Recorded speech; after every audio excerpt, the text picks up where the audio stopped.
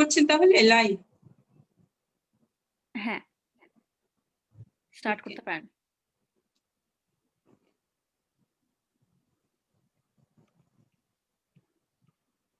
সবাইকে আমন্ত্রণ জানাচ্ছি আমাদের সাজিদা ফাউন্ডেশন থেকে আমাদের ওয়েবিনার সিরিজ, তৃতীয় ওয়েবিনার সিরিজ দেখবার জন্য। আপনারা জানেন এর আগে আমাদের আরো দুটো ওয়েবিনার হয়ে গিয়েছে, তো এটা আমাদের 3 নম্বর তো আমি আবার সবাইকে স্বাগত জানাচ্ছি। আমি রুবিনা জাহান, আমি সাজিদা ফাউন্ডেশনের সাজিদা মেন্টাল হেলথ প্রোগ্রামের প্রোগ্রাম লিড হিসেবে কাজ করছি এখন, এবং আমি পেশায় একজন ক্লিনিক্যাল সাইকোলজিস্ট। খুবই মূল্যবান কয়েকজন অতিথি আছেন যারা এই ফিল্ডে কাজ করছেন।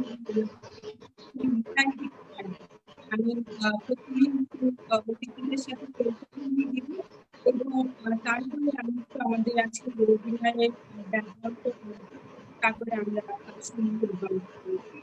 আমি প্রথমেই আমন্ত্রণ জানাচ্ছি আমাদের আজকের ওয়েবিনারে। আমাদের আজকের ওয়েবিনারের টপিক হচ্ছে একটা সুন্দর ব্যালেন্স ডায়েট করার জন্য এক মানসম্মত ঘুমের প্রয়োজনীয়তা, এবং এই বিষয়ে আমাদের আজকে আলোচক আছে। প্রথমেই আমি আমাদের ডক্টর হেলালুদ্দিন আহমেদ স্যারকে। Doctor Helaluddin associate professor of child and adolescent and family psychology, জাতীয়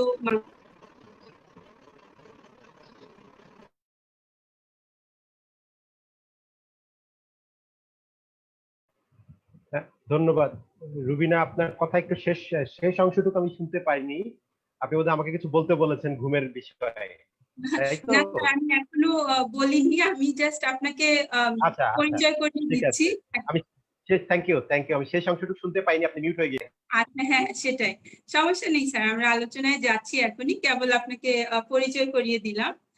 থ্যাংক ইউ স্যার আমাদেরকে সময় দেবার জন্য, এবং আজকে আমাদের সাথে এই বিষয়ে কথা বলতে আগ্রহ দেখানোর জন্য এবং এখানে থাকার জন্য। আমাদের দ্বিতীয় আলোচক হচ্ছেন ডক্টর আমাদের শ্রদ্ধেয় শিক্ষক, আমাদের ক্লিনিক্যাল সাইকোলজি ডিপার্টমেন্টে আমার শিক্ষক Kamal Chowdhury sir. Sir department of clinical সাইকোলজির অ্যাসোসিয়েট প্রফেসর হিসেবে আছেন, এবং উনি একই সাথে programme director Nasirullah psychotherapy unit, যেটা ঢাকা ইউনিভার্সিটিতে অবস্থিত, এবং এটা ক্লিনিক্যাল সাইকোলজিরই একটা পার্ট। থ্যাংক ইউ স্যার, আপনি আজকে আমাদেরকে সময় দিয়েছেন এবং এখানে উপস্থিত হয়েছেন।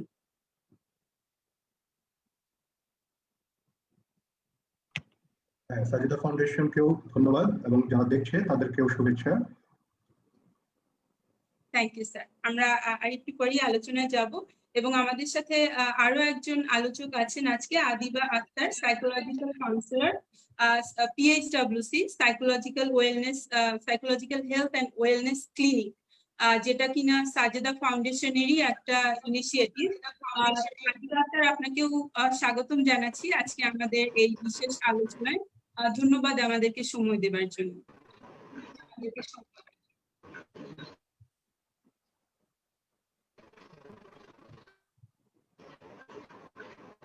আদিবা, আপনি কি শুনতে পাচ্ছেন আমাদের? সাজিদা ফাউন্ডেশনকে অনেক ধন্যবাদ আমাকে এই সুযোগ মানুষ।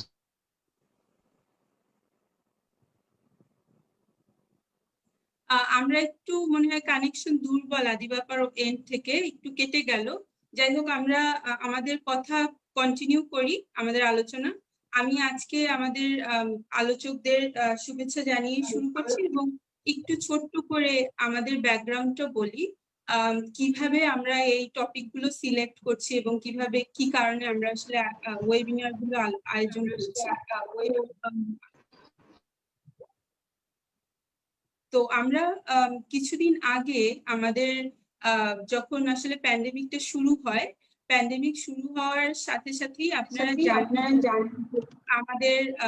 আমাদের নারায়ণগঞ্জে হসপিটাল আছে, কোভিড ডেডিকেটেড একটা হসপিটাল, যেটাতে সাজেদা ফাউন্ডেশন একদম প্রথম থেকেই কাজ করে যাচ্ছে।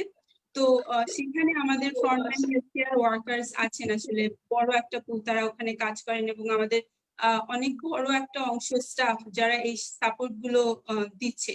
সো তখন আমরা যেটা করেছি যে এই স্টাফদের মধ্যে আসলে মানসিক স্বাস্থ্যের নিড কিরকম আছে সেটাকে যাচাই করার জন্য, বুঝবার জন্য আমরা একটা নিড অ্যাসেসমেন্ট করেছিলাম, ছোট্ট একটা নিড অ্যাসেসমেন্ট করেছিলাম তাদের মানসিক স্বাস্থ্যের চাহিদা কিরকম সেটা দেখবার জন্য। এবং সেখানে আমাদের যে ফ্রন্টলাইন হেলথ কেয়ার ওয়ার্কার আছেন এবং তাদের ফ্যামিলি মেম্বার আছেন, তাদের মধ্যে আসলে আমরা এই নিড অ্যাসেসমেন্টটা করি এবং তখন তাদের মানসিক স্বাস্থ্যের বিভিন্ন দিকগুলো আসলে এখানে উঠে আসে। এবং সেই জায়গা থেকে আমরা দেখতে পাই যে তারা আসলে আমাদের বলেছে, যেখানে একটা গুরুত্বপূর্ণ বিষয় তারা বলেছে যে তাদের এই প্যান্ডেমিক শুরু হওয়ার পরে, কোভিড-19 শুরু হওয়ার পরে তাদের ঘুমের খুব বেশি ঝামেলা হচ্ছে, স্লিপ ডিস্টারবেন্স হচ্ছে। এবং তাদের সবারই একটা কমন কমপ্লেইন ছিল যে এই স্লিপ ডিস্টারবেন্সের জন্য আসলে তাদের ব্যক্তিগত এবং প্রফেশনাল লাইফ হ্যাম্পার হচ্ছে। তো আমরা দেখতে পেয়েছি যে আসলে এই জিনিসটা অনেক বেশি কমন, সবার মধ্যে এই ডিস্ট্রেসটা তারা ফিল করছে। তো সেই জায়গা থেকে আমরা কয়েকটা কমন টপিক ঠিক করেছি, যেখান থেকে আমরা আসলে এই যে ওয়েবিনার গুলো তাদের সাজেশনই করেছি। তারাই বলেছে যে যদি এই বিষয়গুলো নিয়ে অনলাইনে আমাদের ভিডিও বা এরকম আলোচনা করা হয় তাহলে আমরা সবাই সেটা দেখে আমরা নিজেরাই নিজেদের জন্য কিছু করতে পারবো। তো সেই জায়গা থেকে আমরা আসলে একটা ওয়েবিনার সিরিজ তৈরি করি, যেটাতে আজকে আমরা 3 নাম্বার ওয়েবিনারে আছি এবং আজকে আমরা এই ঘুমের বিষয়টি আসলে আলোচনা করব। সেখান থেকে এটা ছিল আমাদের ব্যাকগ্রাউন্ড, যে কি কারণে আমরা এটা নিয়ে কথা বলতে চাই, কারণ এটার নিড আসলে সবার মধ্যেই আছে, আপনারা সহজেই রিলেট করতে পারবেন।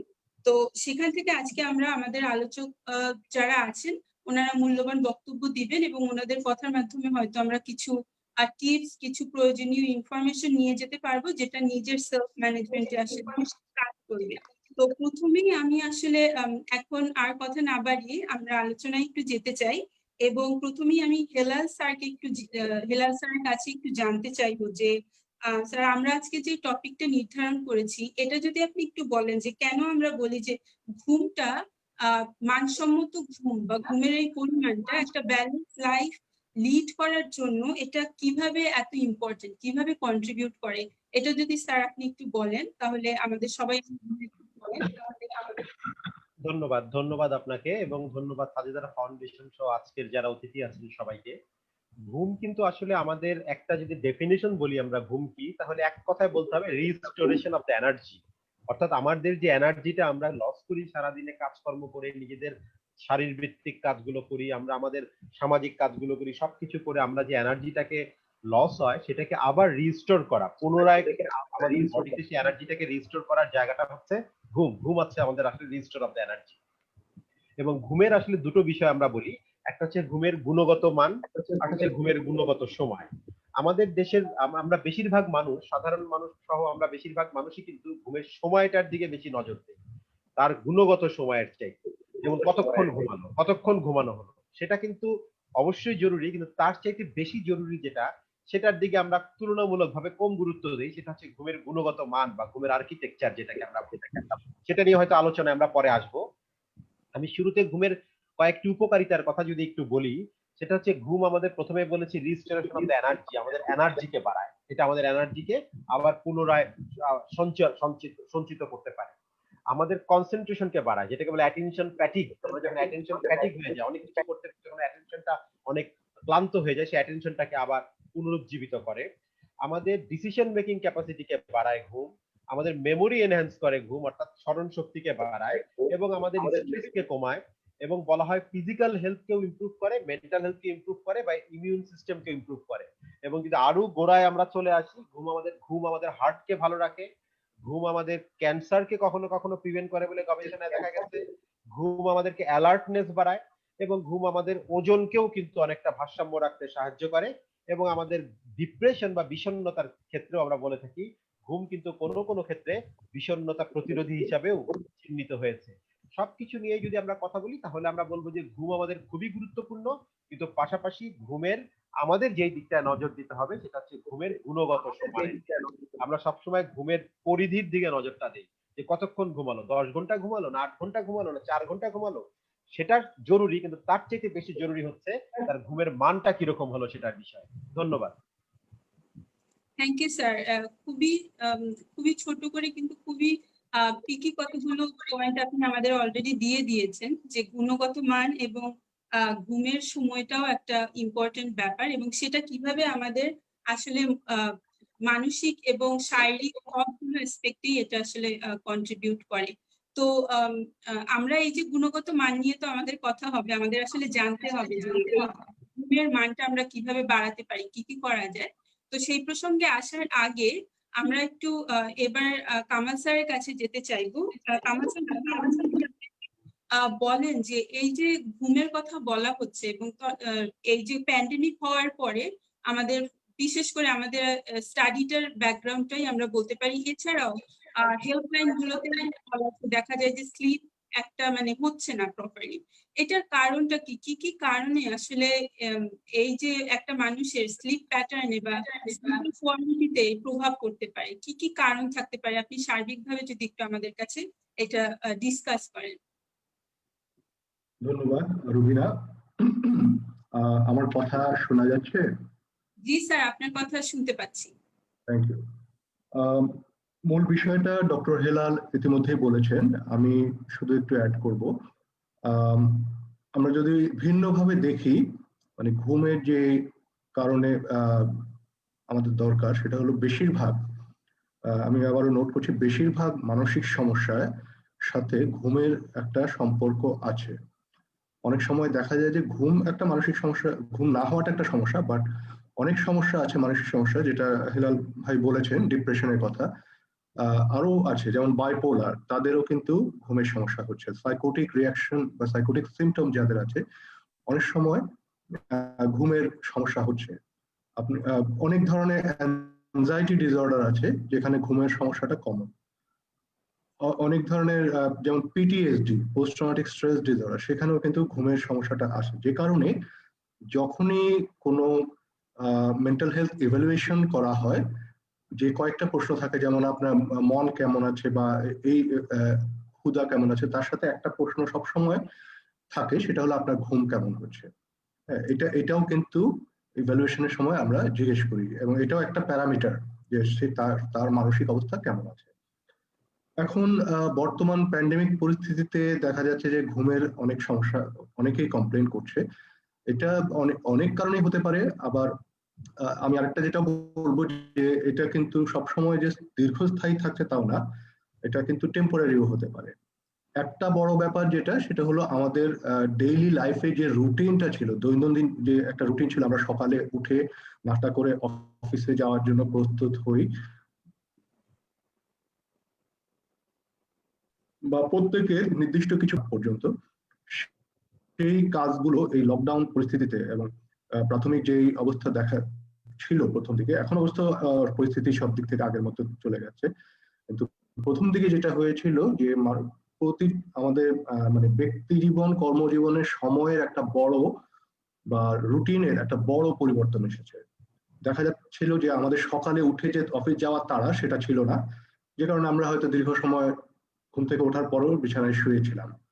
আবার অনেক সময় রাতে যে ঘুমাতে যাওয়া তাড়া, যে আমাকে সকালে উঠে কাজে যেতে হবে, সেটাও আমরা ফিল করিনি। আমরা দেখা যাচ্ছে যে রাত্রে অনেক রাত পর্যন্ত জেগে টিভি দেখছি, নিউজ পড়ছি, মোবাইল ফোনে ব্রাউজ করছি, ফেসবুকিং করছি, অনেক কিছু।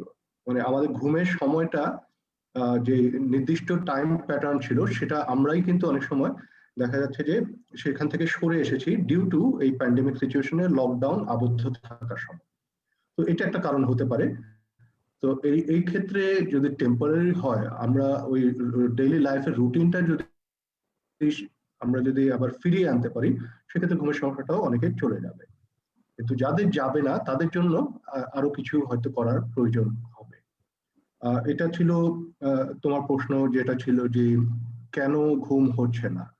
আর আরো এটার সাথে কানেক্টেড আছে, যেটা হলো আমাদের মানসিক অবস্থা। মানে আমরা তো জানি, আমরা মানুষ তিনটা সিস্টেম আছে আমাদের, একটা বায়োলজিক্যাল সিস্টেম আছে, আমাদের একটা সাইকোলজিক্যাল সিস্টেম আছে, সোশ্যাল সিস্টেম আছে।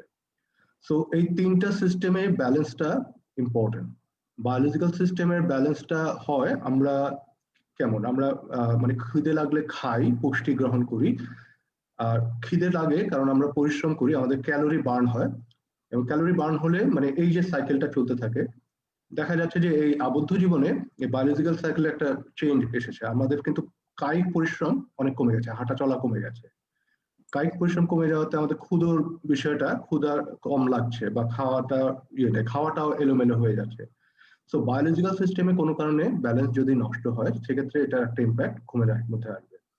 সেকেন্ড হচ্ছে সাইকোলজিক্যাল সিস্টেম। সাইকোলজিক্যাল সিস্টেমে আমরা খুবই স্বাভাবিক এই সময় প্রত্যেক মানুষ প্যানিক ছিলাম, আতঙ্কিত ছিলাম। কার কি হয়, আমার যদি এটা হয় আমি কি বাঁচবো, আমার পরিবারে যদি কারো হয় আমি কি বাঁচবো, মানে একটা যে ভীতিজনক পরিস্থিতি সারা বিশ্বব্যাপী, সেটার আমিও সেটার অন্তর্ভুক্ত। তো সেখান থেকে নিজেকে আইসোলেট করা সম্ভব না। তো এই আতঙ্ক আমি নিজেও ক্যারি করেছি, আমরা সবাই এটা অনুভব করেছি। এটার একটা ইম্প্যাক্ট ঘুমের উপরে আসতে পারে। থার্ড হচ্ছে সোশ্যাল আসপেক্টে আমাদের যে রিলেশনশিপ যে বিষয়টা, এটা আমরা সবাই মানে স্বীকার করতে বাধ্য যে এই কোভিড এর কারণে আমাদের রিলেশনশিপের অনেক দিক থেকে মানে বাধাগ্রস্ত হয়েছে। আমরা কারো বাসায় যাওয়া,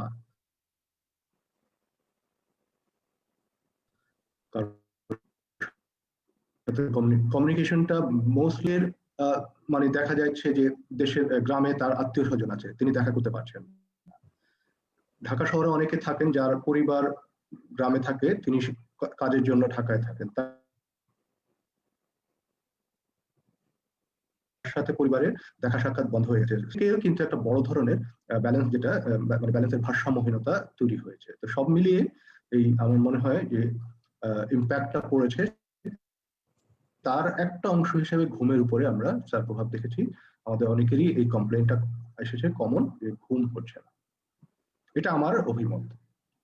ধন্যবাদ রবিনা। থ্যাংক ইউ স্যার, আপনি অনেক ডিটেইলে বলেছেন এবং অনেকগুলো দিক আমরা দেখতে পেয়েছি যে আমাদের দৈনন্দিন ছোট ছোট অভ্যেস থেকে শুরু করে একদম ব্রডার লেভেলে আমাদের রিলেশনশিপেও ঝামেলা হলে যে সেটা আমাদের আসলে ঘুমের উপরে কিভাবে প্রভাব ফেলতে পারে, এবং সেটা ঘুমের প্রভাব পড়লে ঘুম যদি আমাদের নষ্ট হয়ে যায়, রেগুলার যেই আমাদের সাইকেলটা, সেটা কিভাবে আমাদের দৈনন্দিন জীবন, পারিবারিক, প্রফেশনাল এবং ব্যক্তিগত সবকিছু কিভাবে সেটা দিয়ে প্রভাবিত হয়, এই জিনিসটা আপনি কারণগুলো খুব সুন্দর করে বলেছেন স্যার। তো তো আমরা এটার স্পেসিফিক অ্যাসপেক্ট গুলো আমরা আজকে আলোচনা করার চেষ্টা করব। বাট এখন আমি একটু জানতে চাচ্ছিলাম আদিবাপার কাছে, যে আদিবাপা আপনি তো পিএইচডব্লিউসি তে রেগুলার এই প্যান্ডেমিকের মধ্যেও আসলে ক্লায়েন্ট দেখছেন, অনলাইন ক্লায়েন্ট দেখছেন, এখন হয়তো ফিজিক্যাল সেটআপেও আস্তে আস্তে করে যাচ্ছেন, এবং বিভিন্ন হেল্পলাইনেও আপনি কাজ করছেন।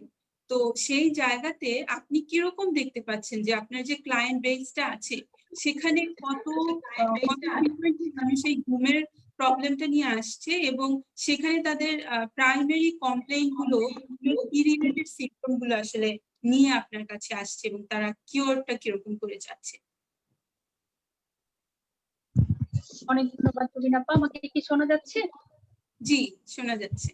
আমি সরি যে আমাকে প্রথম দিকে বলতে শোনা যায়নি, আমি শুনতে পাচ্ছিলাম। তো থ্যাংক ইউ। ক্লায়েন্টের পার্সপেক্টিভ থেকে যদি বলি, আমার কাছে যেটা মনে হয় যে ঘুম শব্দটা ক্লায়েন্টরা কখনো কখনো খুব আনন্দ নিয়ে বলেন, আবার কখনো কখনো খুব দুঃখ নিয়ে, ভয় নিয়ে বলেন। মানে ব্যাপারটা এরকম যে আমার ঘুমালে ভালো লাগে কেউ কেউ বলছে, আর কেউ কেউ বলছে যে রাত হলে আমার ভয় লাগে, ঘুম আসবে তো। তো এই প্যান্ডেমিক সিচুয়েশনের কথা যদি বলি ক্লায়েন্টের দিক থেকে, তাহলে যেটা হচ্ছে যে সেকেন্ড যেটা আমি বললাম, বেশিরভাগ ক্ষেত্রে এটা হয়েছে যে রাতে ঘুম হচ্ছে না বা ঘুমটা প্রপারলি হচ্ছে না। এবং আজকে আমাদের যে টপিক ভারসাম্যপূর্ণ জীবনের জন্য মানসম্মত ঘুমের প্রয়োজনীয়তা, ওই মানসম্পন্ন যে ঘুম কোয়ালিটি স্লিপ, ওটার আসলে খুব ব্যাঘাত ঘটেছে বা ঘটছে। শুরুর দিকে এটার পরিমাণটা বেশি ছিল, এখন হয়তো একটু কমেছে, বিকজ হঠাৎ করে যখন আমাদের এই নতুন সিচুয়েশনটা আসে তখন যেটা হয়েছে মানুষ হঠাৎ করে তার রুটিন চেঞ্জ হয়েছে, হঠাৎ করে তার সম্পর্কগুলোতে নতুন ভাবে অ্যাডজাস্টমেন্ট এসেছে, হঠাৎ করে মুভমেন্ট থেমে গিয়েছে, যেটা স্যাররা খুব সুন্দর করে বলেছেন। তো ওটার প্রভাবে এটা খুব বেশি ছিল ঘুমের অসুবিধাটা।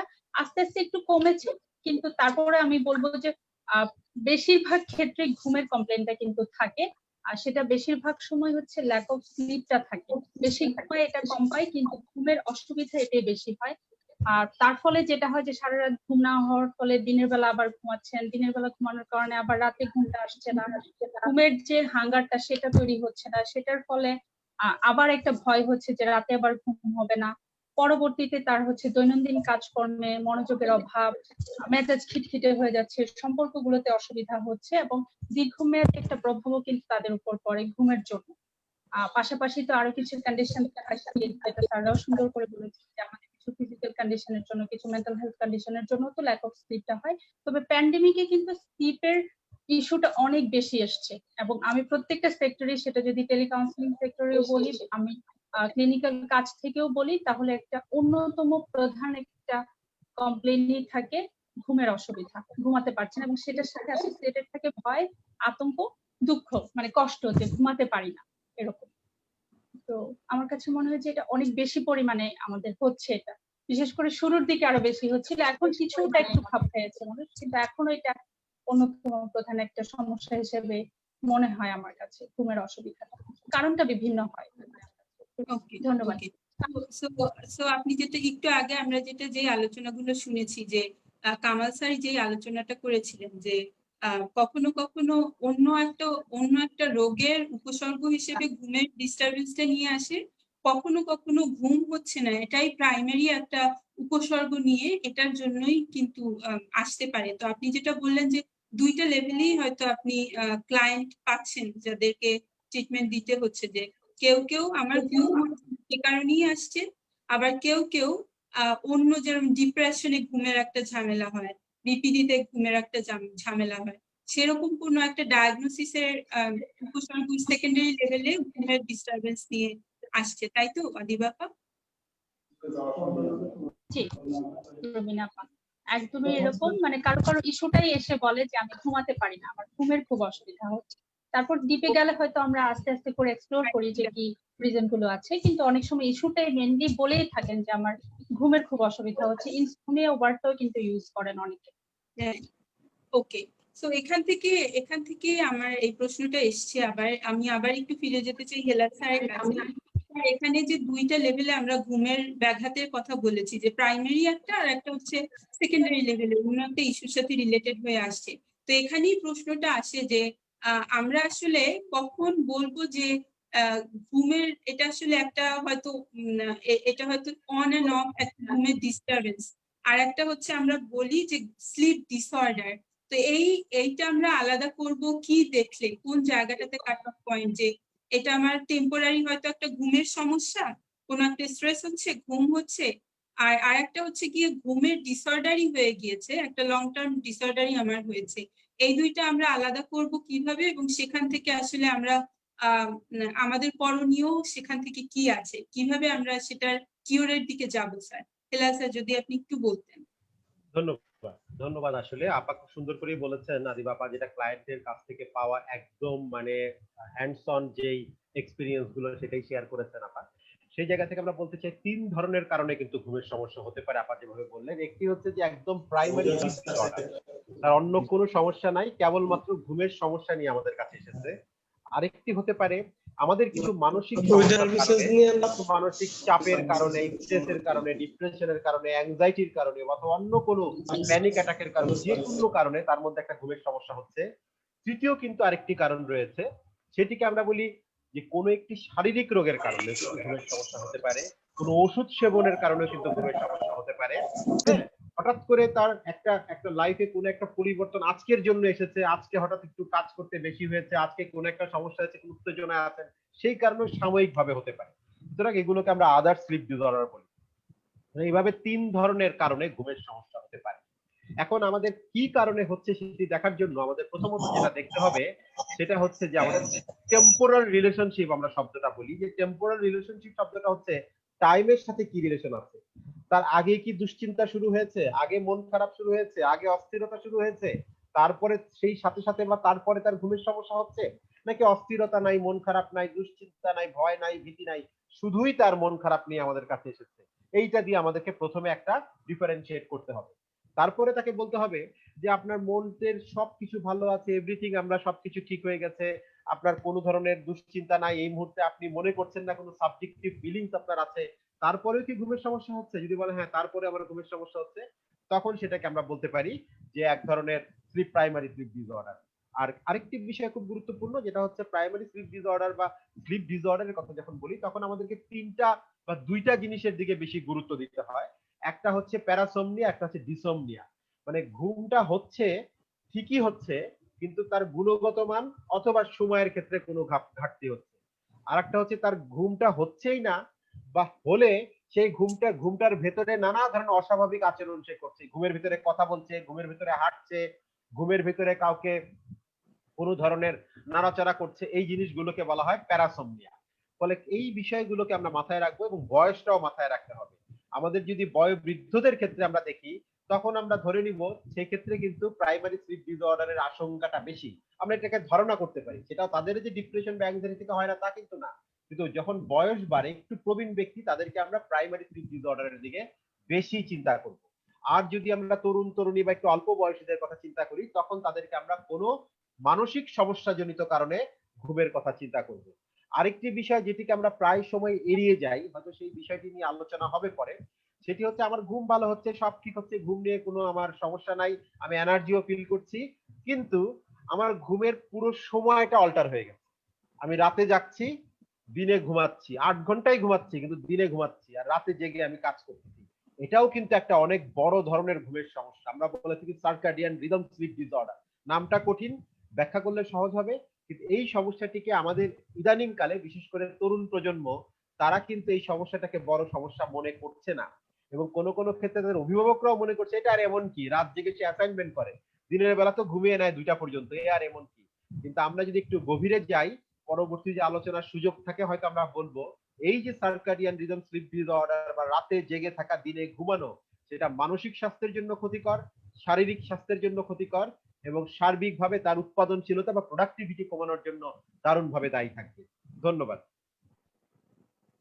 Thank you sir. আমার মনে হয় এটা খুব রিলেট করতে পারবে সবাই এখানে, যে আপনি যে বলেছেন প্যারাসোমনিয়া, ইনসোমনিয়া এবং সার্কেডিয়ান ক্লক ডিসঅর্ডার যেটা আমরা বলি, এবং এটার প্রাইমারি, সেকেন্ডারি এবং শারীরিক ব্যাপারগুলো, আমাদের এই জিনিসগুলো আসলে একটু আলোচনা করতে হবে। যে আমরা যে ঘুমের প্রবলেম গুলো বলি, সেটা কিন্তু আমাদের চাইল্ডে একরকম, মানে শিশু কিশোরদের ক্ষেত্রে একরকম ভাবে কাজ করে, আবার হচ্ছে গিয়ে যারা লেট অ্যাডোলেসেন্ট আছে তাদের জন্য, অ্যাডাল্টদের জন্য একরকম, এবং এল্ডারলিদের জন্য একরকম। এল্ডারলিতে আমরা প্রায়শই এই কমপ্লেইনটা পাই। তো আজকে যদিও আমরা চেষ্টা করবো এগুলো, যদি আমাদের সময় থাকে, আমরা স্পেসিফিক ভাবে একটু ডিসকাস করার জন্য যে কি করা যেতে পারে এখানে। বাট আমার মনে হয় আমাদের অডিয়েন্স এটা খুব কানেক্ট করতে পারছেন, যে অনেক সময় আমরা বলি যে ঘুম হচ্ছে না, এটা কিন্তু ওই যে ঘুমের একটা অলরেডি দীর্ঘমেয়াদী প্রবলেম তৈরি হলেও হতে পারে, এবং আপনার কোনো একটা অন্য মানসিক কোনো একটা কষ্টের কারণে সেটা সিমটম হিসেবে ঘুমের ঝামেলা হতে পারে। এবং আরেকটা যেটা হচ্ছে যে আপনার যদি কোনো শারীরিক কোনো রোগ, কোনো প্রবলেম থাকে, সেটার কারণেও কিন্তু পেইন রিলেটেড যেই শারীরিক আমাদের কমপ্লেইন গুলো থাকে, সেগুলো কিন্তু ঘুমের অনেক একটা ব্যাঘাত করতে পারে। তো এটা খুবই ইম্পর্টেন্ট আমাদের একটু লক্ষ্য করা, যে আমাদের জন্য, আপনার জন্য কোন ফ্যাক্টরটা আসলে কাজ করছে, কারণ সেই অনুযায়ী আমাদের সেখান থেকে আমরা কি ট্রিটমেন্টটা করব, কি কিওর যে পাথওয়ে সেটা কি হবে, সেটা কিন্তু অনেকটা ডিপেন্ড করবে। স্যার খুব সুন্দর করে বলেছেন, আমার মনে হয় আপনারা সবাই এটা বুঝতে পেরেছেন। তো আমি এখন একটু এই সময়ে আসলে খুব বেশি কথা হয়, আমি অন্য দুইটাতে পরে যাবো, বাট নিয়ে খুব বেশি এটা নিয়ে কথা হয়। ইভেন আমাদের যে ফ্রন্টলাইন হেলথ কেয়ার ওয়ার্কার যারা আছেন, তাদের কথার মধ্যেও কিন্তু এই ইনসমনিয়ার প্যাটার্ন গুলো আছে, এবং বিশেষ করে অ্যাডাল্টরা এবং ইয়াংস্টাররা এই ইনসমনিয়ার কথা অনেক বেশি বলে থাকে, অনেকে বুঝেও বলে, না বুঝেও বলে। বাট আমরা একটু ইনসমনিয়া আলোচনা করতে চাই, যে আমরা হচ্ছে আসলে কখন বলবো এটা ইনসমনিয়া। ইনসমনিয়া একজন মানুষের শর্ট টার্ম এবং লং টার্মে এটা ইম্প্যাক্ট একটা মানুষের উপরে কিরকম পড়তে পারে, এবং আমাদের কতটুকু লেভেলে এখন সেখান থেকে স্টেপ নেয়ার আছে, বা কি করতে পারি আমরা এটা থেকে যদি বের হতে চাই। আমি এই বিষয়টা একটু আলোচনা করতে বলবো, আবার আসবো কামাল স্যারের কাছে। কামাল স্যারের কাছে এই প্রশ্নটা করার আগে আমি একটু কনটেক্সটে বলতে চাই যে আমরা যখন মাস্টার্সে পড়ি, স্যার এই স্লিপ ডিসঅর্ডার নিয়ে স্যার খুব চমৎকার আলোচনা করতেন। আমরা অনেক ডিটেইলে এই ব্যাপারগুলো শিখেছি স্যারের কাছ থেকে। তো আজকে সেই একটা মানে ভীষণ রিলেভেন্ট একটা টপিকে স্যারকে পেয়েছি। তো স্যার যদি আবার সেই ইনসমনিয়া নিয়ে যদি আমাদের ছোট্ট করে আমাদের একটু আলোচনা এখন করতেন যে এটা কতটা ডিভাস্টেটিং, এটা কখন আমরা আসলে ইনসমনিয়া বলবো। সবাই বলে একটু ঘুম না হলেই যে আমার ইনসমনিয়া হয়েছে, আসলে সেটা ইনসমনিয়া কিনা, এবং এটা আমাদের লং টার্ম এবং শর্ট টার্মে এটার ইম্প্যাক্টটা কতখানি ডিভাস্টেটিং। স্যার আপনি যদি একটু আমাদেরকে শেয়ার করতেন। ধন্যবাদ রবিনা। একটু আমার মনে হয় যে ঘুমের যে বিষয়টা আলাপ করছি আমরা, ইনসমনিয়া, তো ইনসমনিয়া কারো হয়েছে কি হয়নি সেটা আসলে একটা ডায়াগনোসিস, কিছু ক্রাইটেরিয়া এবং কন্ডিশন আছে। ঘুম না হলেই ইনসমনিয়া এটা বলা যাবে না। আবার ডক্টর হেলাল ইতিমধ্যেই বলেছেন যে প্রাইমারি ইনসমনিয়া সেকেন্ডারি ইনসমনিয়া পার্থক্যটা উনি বলে দিয়েছেন। আসলে প্রাইমারি ইনসমনিয়া বলা যায় যে খুব যে কমন তা কিন্তু নয়, মানে বেশিরভাগ ক্ষেত্রে আমরা ঘুমের সমস্যা নিয়ে যারা আসেন তাদের ক্ষেত্রে আমরা এটা দেখি সেকেন্ডারি, মানে অন্য কোনো প্রবলেমের সাথে অ্যাকম্পানিং হিসেবে আসে। এবং বেশিরভাগ ক্ষেত্রেই ব্যক্তির অন্য প্রবলেম গুলো যখন সলভ হয়ে যায়, মানসিক যে অন্যান্য ইস্যু যাতে, সেটার সাথে সাথে একটা পজিটিভ ইম্প্যাক্ট ঘুমের উপরেও আসে। তো ইনসমনিয়া যখন আমরা প্রাইমারি ইনসমনিয়া বলবো, সেটার ভিতরে আবার কিছু সাব ক্যাটেগরি আছে, যেটা একটা সময় আলোচনা হতো যে 3টা ক্যাটেগরির কথা আমরা শুনেছি। সেটার মধ্যে প্রথমে আছে এক যাদের একেবারেই ঘুম আসে না, অর্থাৎ রাতে তিনি হয়তো বিছানায় শুয়েছেন, এপাশ ওপাশ করছেন, প্রায় সারা রাত কেটে গেল, ঘুম আসছে না, ভোরের দিকে একটু ঘুম আসছে। তো এটাকে আমরা বলা হয় যে আর্লি অনসেট ইনসমনিয়া, বা মানে ঘুম আসার ক্ষেত্রে। আবার আরেক ধরনের ইনসমনিয়া আছে যাদের ঘুমিয়ে গেলে রাতে ঠিকমতো ঘুমিয়ে গেলেন, কিন্তু গভীর রাতে 2-3টার দিকে ঘুমটা ভেঙে গেল এবং এরপরে আর ঘুম আসছে না। তো তাদের ক্ষেত্রে হচ্ছে ঘুম, এটাও এক ধরনের ইনসমনিয়া মধ্যেই পড়ে। আর ফাইনালি আরেকটা আছে যে মেইনটেনেন্স, অর্থাৎ যারা অ্যাজ এ হোল ঘুমের কোনো ইয়ে নেই, মানে একদমই ঘুমের আসছে না, ঘুমটা বা হালকা একটা ঝিরমুনি মতো আসছে, সেটা। তো সব ক্ষেত্রে যেটা দেখা যায় যে দিনের বেলা যখন বিছানা থেকে উনি উঠলেন, বেশ ক্লান্তি একটা থাকবে, ক্লান্ত, কারণ যে রিফ্রেশ হওয়া, বডি এনার্জাইজ হওয়া, ব্রেইনের অ্যাক্টিভিটি গুলোকে রিফ্রেশ করা, সেই প্রসেসটা যেহেতু হয়নি, স্বাভাবিকভাবে মস্তিষ্ক ক্লান্ত থাকে, বডি আমাদের মাসকুলার মানে যে পেশির যে বিষয়, পেশি বা মোটর মুভমেন্ট, সেই সবখানে একটা ক্লান্তি ছড়িয়ে পড়ে, যেটার ইম্প্যাক্ট তার অন্যান্য অ্যাক্টিভিটিতেও আসে। আরো যেটা দেখা যায় যে গবেষণায়, যে ঘুম না হওয়ার সাথে অনেক ধরনের কগনিটিভ ফাংশন এর মানে ডিসরাপশন হয়। যেমন এটা কমনলি দেখা গেছে যে ঘুম না হওয়ার সাথে মানে অঙ্ক বা পারফরমেন্স, সেটাও ডিক্রিজ, মানে কমে যায়। তো আরো যেগুলো আছে ঘুমের সাথে, আরেকটা ইন্টারেস্টিং বিষয় হলো যে ঘুম না হলে কি হয়, সেটা আরো অনেক রিসার্চে এসেছে। যেমন যত মানে যাদের ঘুম একেবারেই হয় না, তাদের ক্ষেত্রে পার্সোনালিটির দিক থেকেও বেশ কিছু ইস্যু থাকে। যেমন তারা হয়তো খুব মেজাজ থাকে, খিটখিটে হয়ে যায়, তাদের আরো শুরু করে ডায়াবেটিস, অন্যান্য কন্ডিশনের জন্য তারা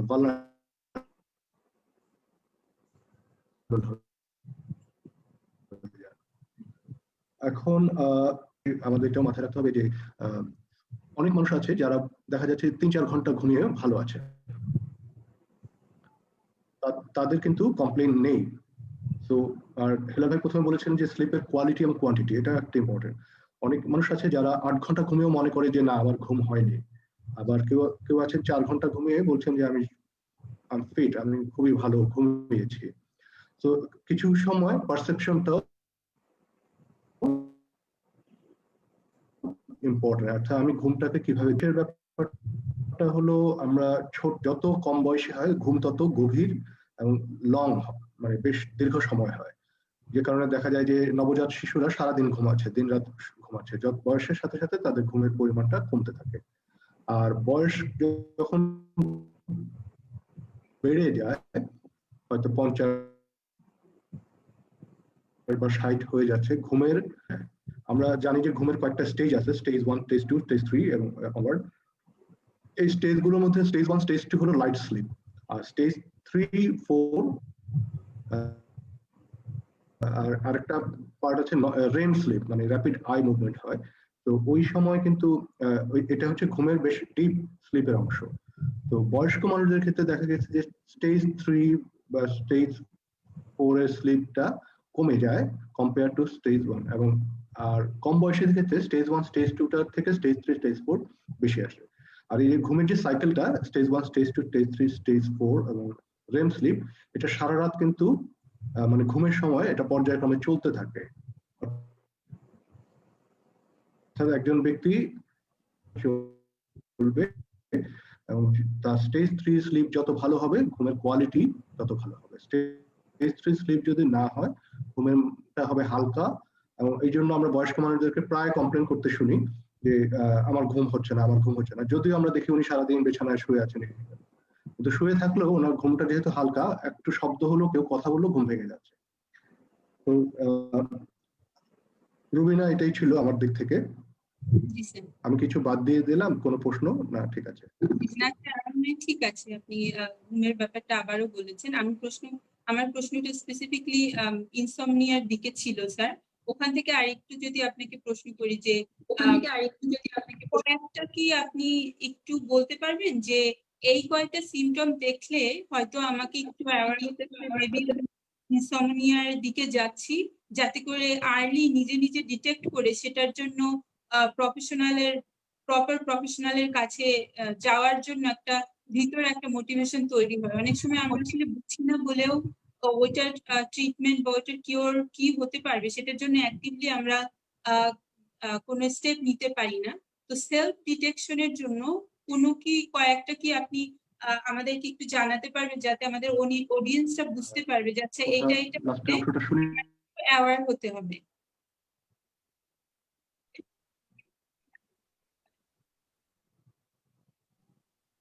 আচ্ছা, আমার মনে হয় আমার সাথে হেলাল ভাইও একমত হবেন। আমরা মানে এখানে ডায়াগনোসিসটা এখানে করাটা ঠিক না। আমরা মনে করি যে ঘুমের সমস্যা যদি কারো হয়ে থাকে, তাকে একজন প্রপার প্রফেশনালের কাছে যেতে হবে।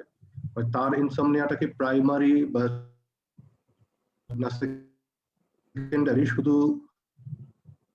আমরা এখানে কয়েকটা সিমটম বলে দিলে আমার মনে হয় হয়ে গেছে, সেটাতে যাবো না। ইট ইজ রিকমেন্ডেড যে একজন প্রফেশনাল সাইকিয়াট্রিস্ট কাছে যাবেন, এবং ওনার অন্যান্য আরো বিষয় আছে ইনসমনিয়ার পাশাপাশি, ঘুমের সমস্যার পাশাপাশি ওনার অনেক বিষয় আছে।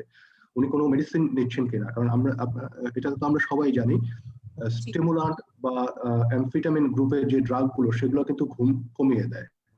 তো এখানে একটা ফর্মাল অ্যাসেসমেন্টের বিষয় আছে, যেটার মাধ্যমে আমরা নির্ধারণ বলতে পারবো যে কারো প্রাইমারি ইনসমনিয়া না সেকেন্ডারি ইনসমনিয়া, এবং এটার উপরে নির্ভর করবে কিন্তু তার ম্যানেজমেন্ট, এবং তার অনেক সময় ঘুমের ওষুধের প্রয়োজন হতে পারে বা স্লিপ ইনডিউসিং ড্রাগ নিতে হতে পারে। সেটা কিন্তু আমরা সাইকোলজিস্টরা প্রেসক্রাইব করবো না, এটার জন্য কিন্তু একজন সাইকিয়াট্রিস্টের কাছে যেতে হবে।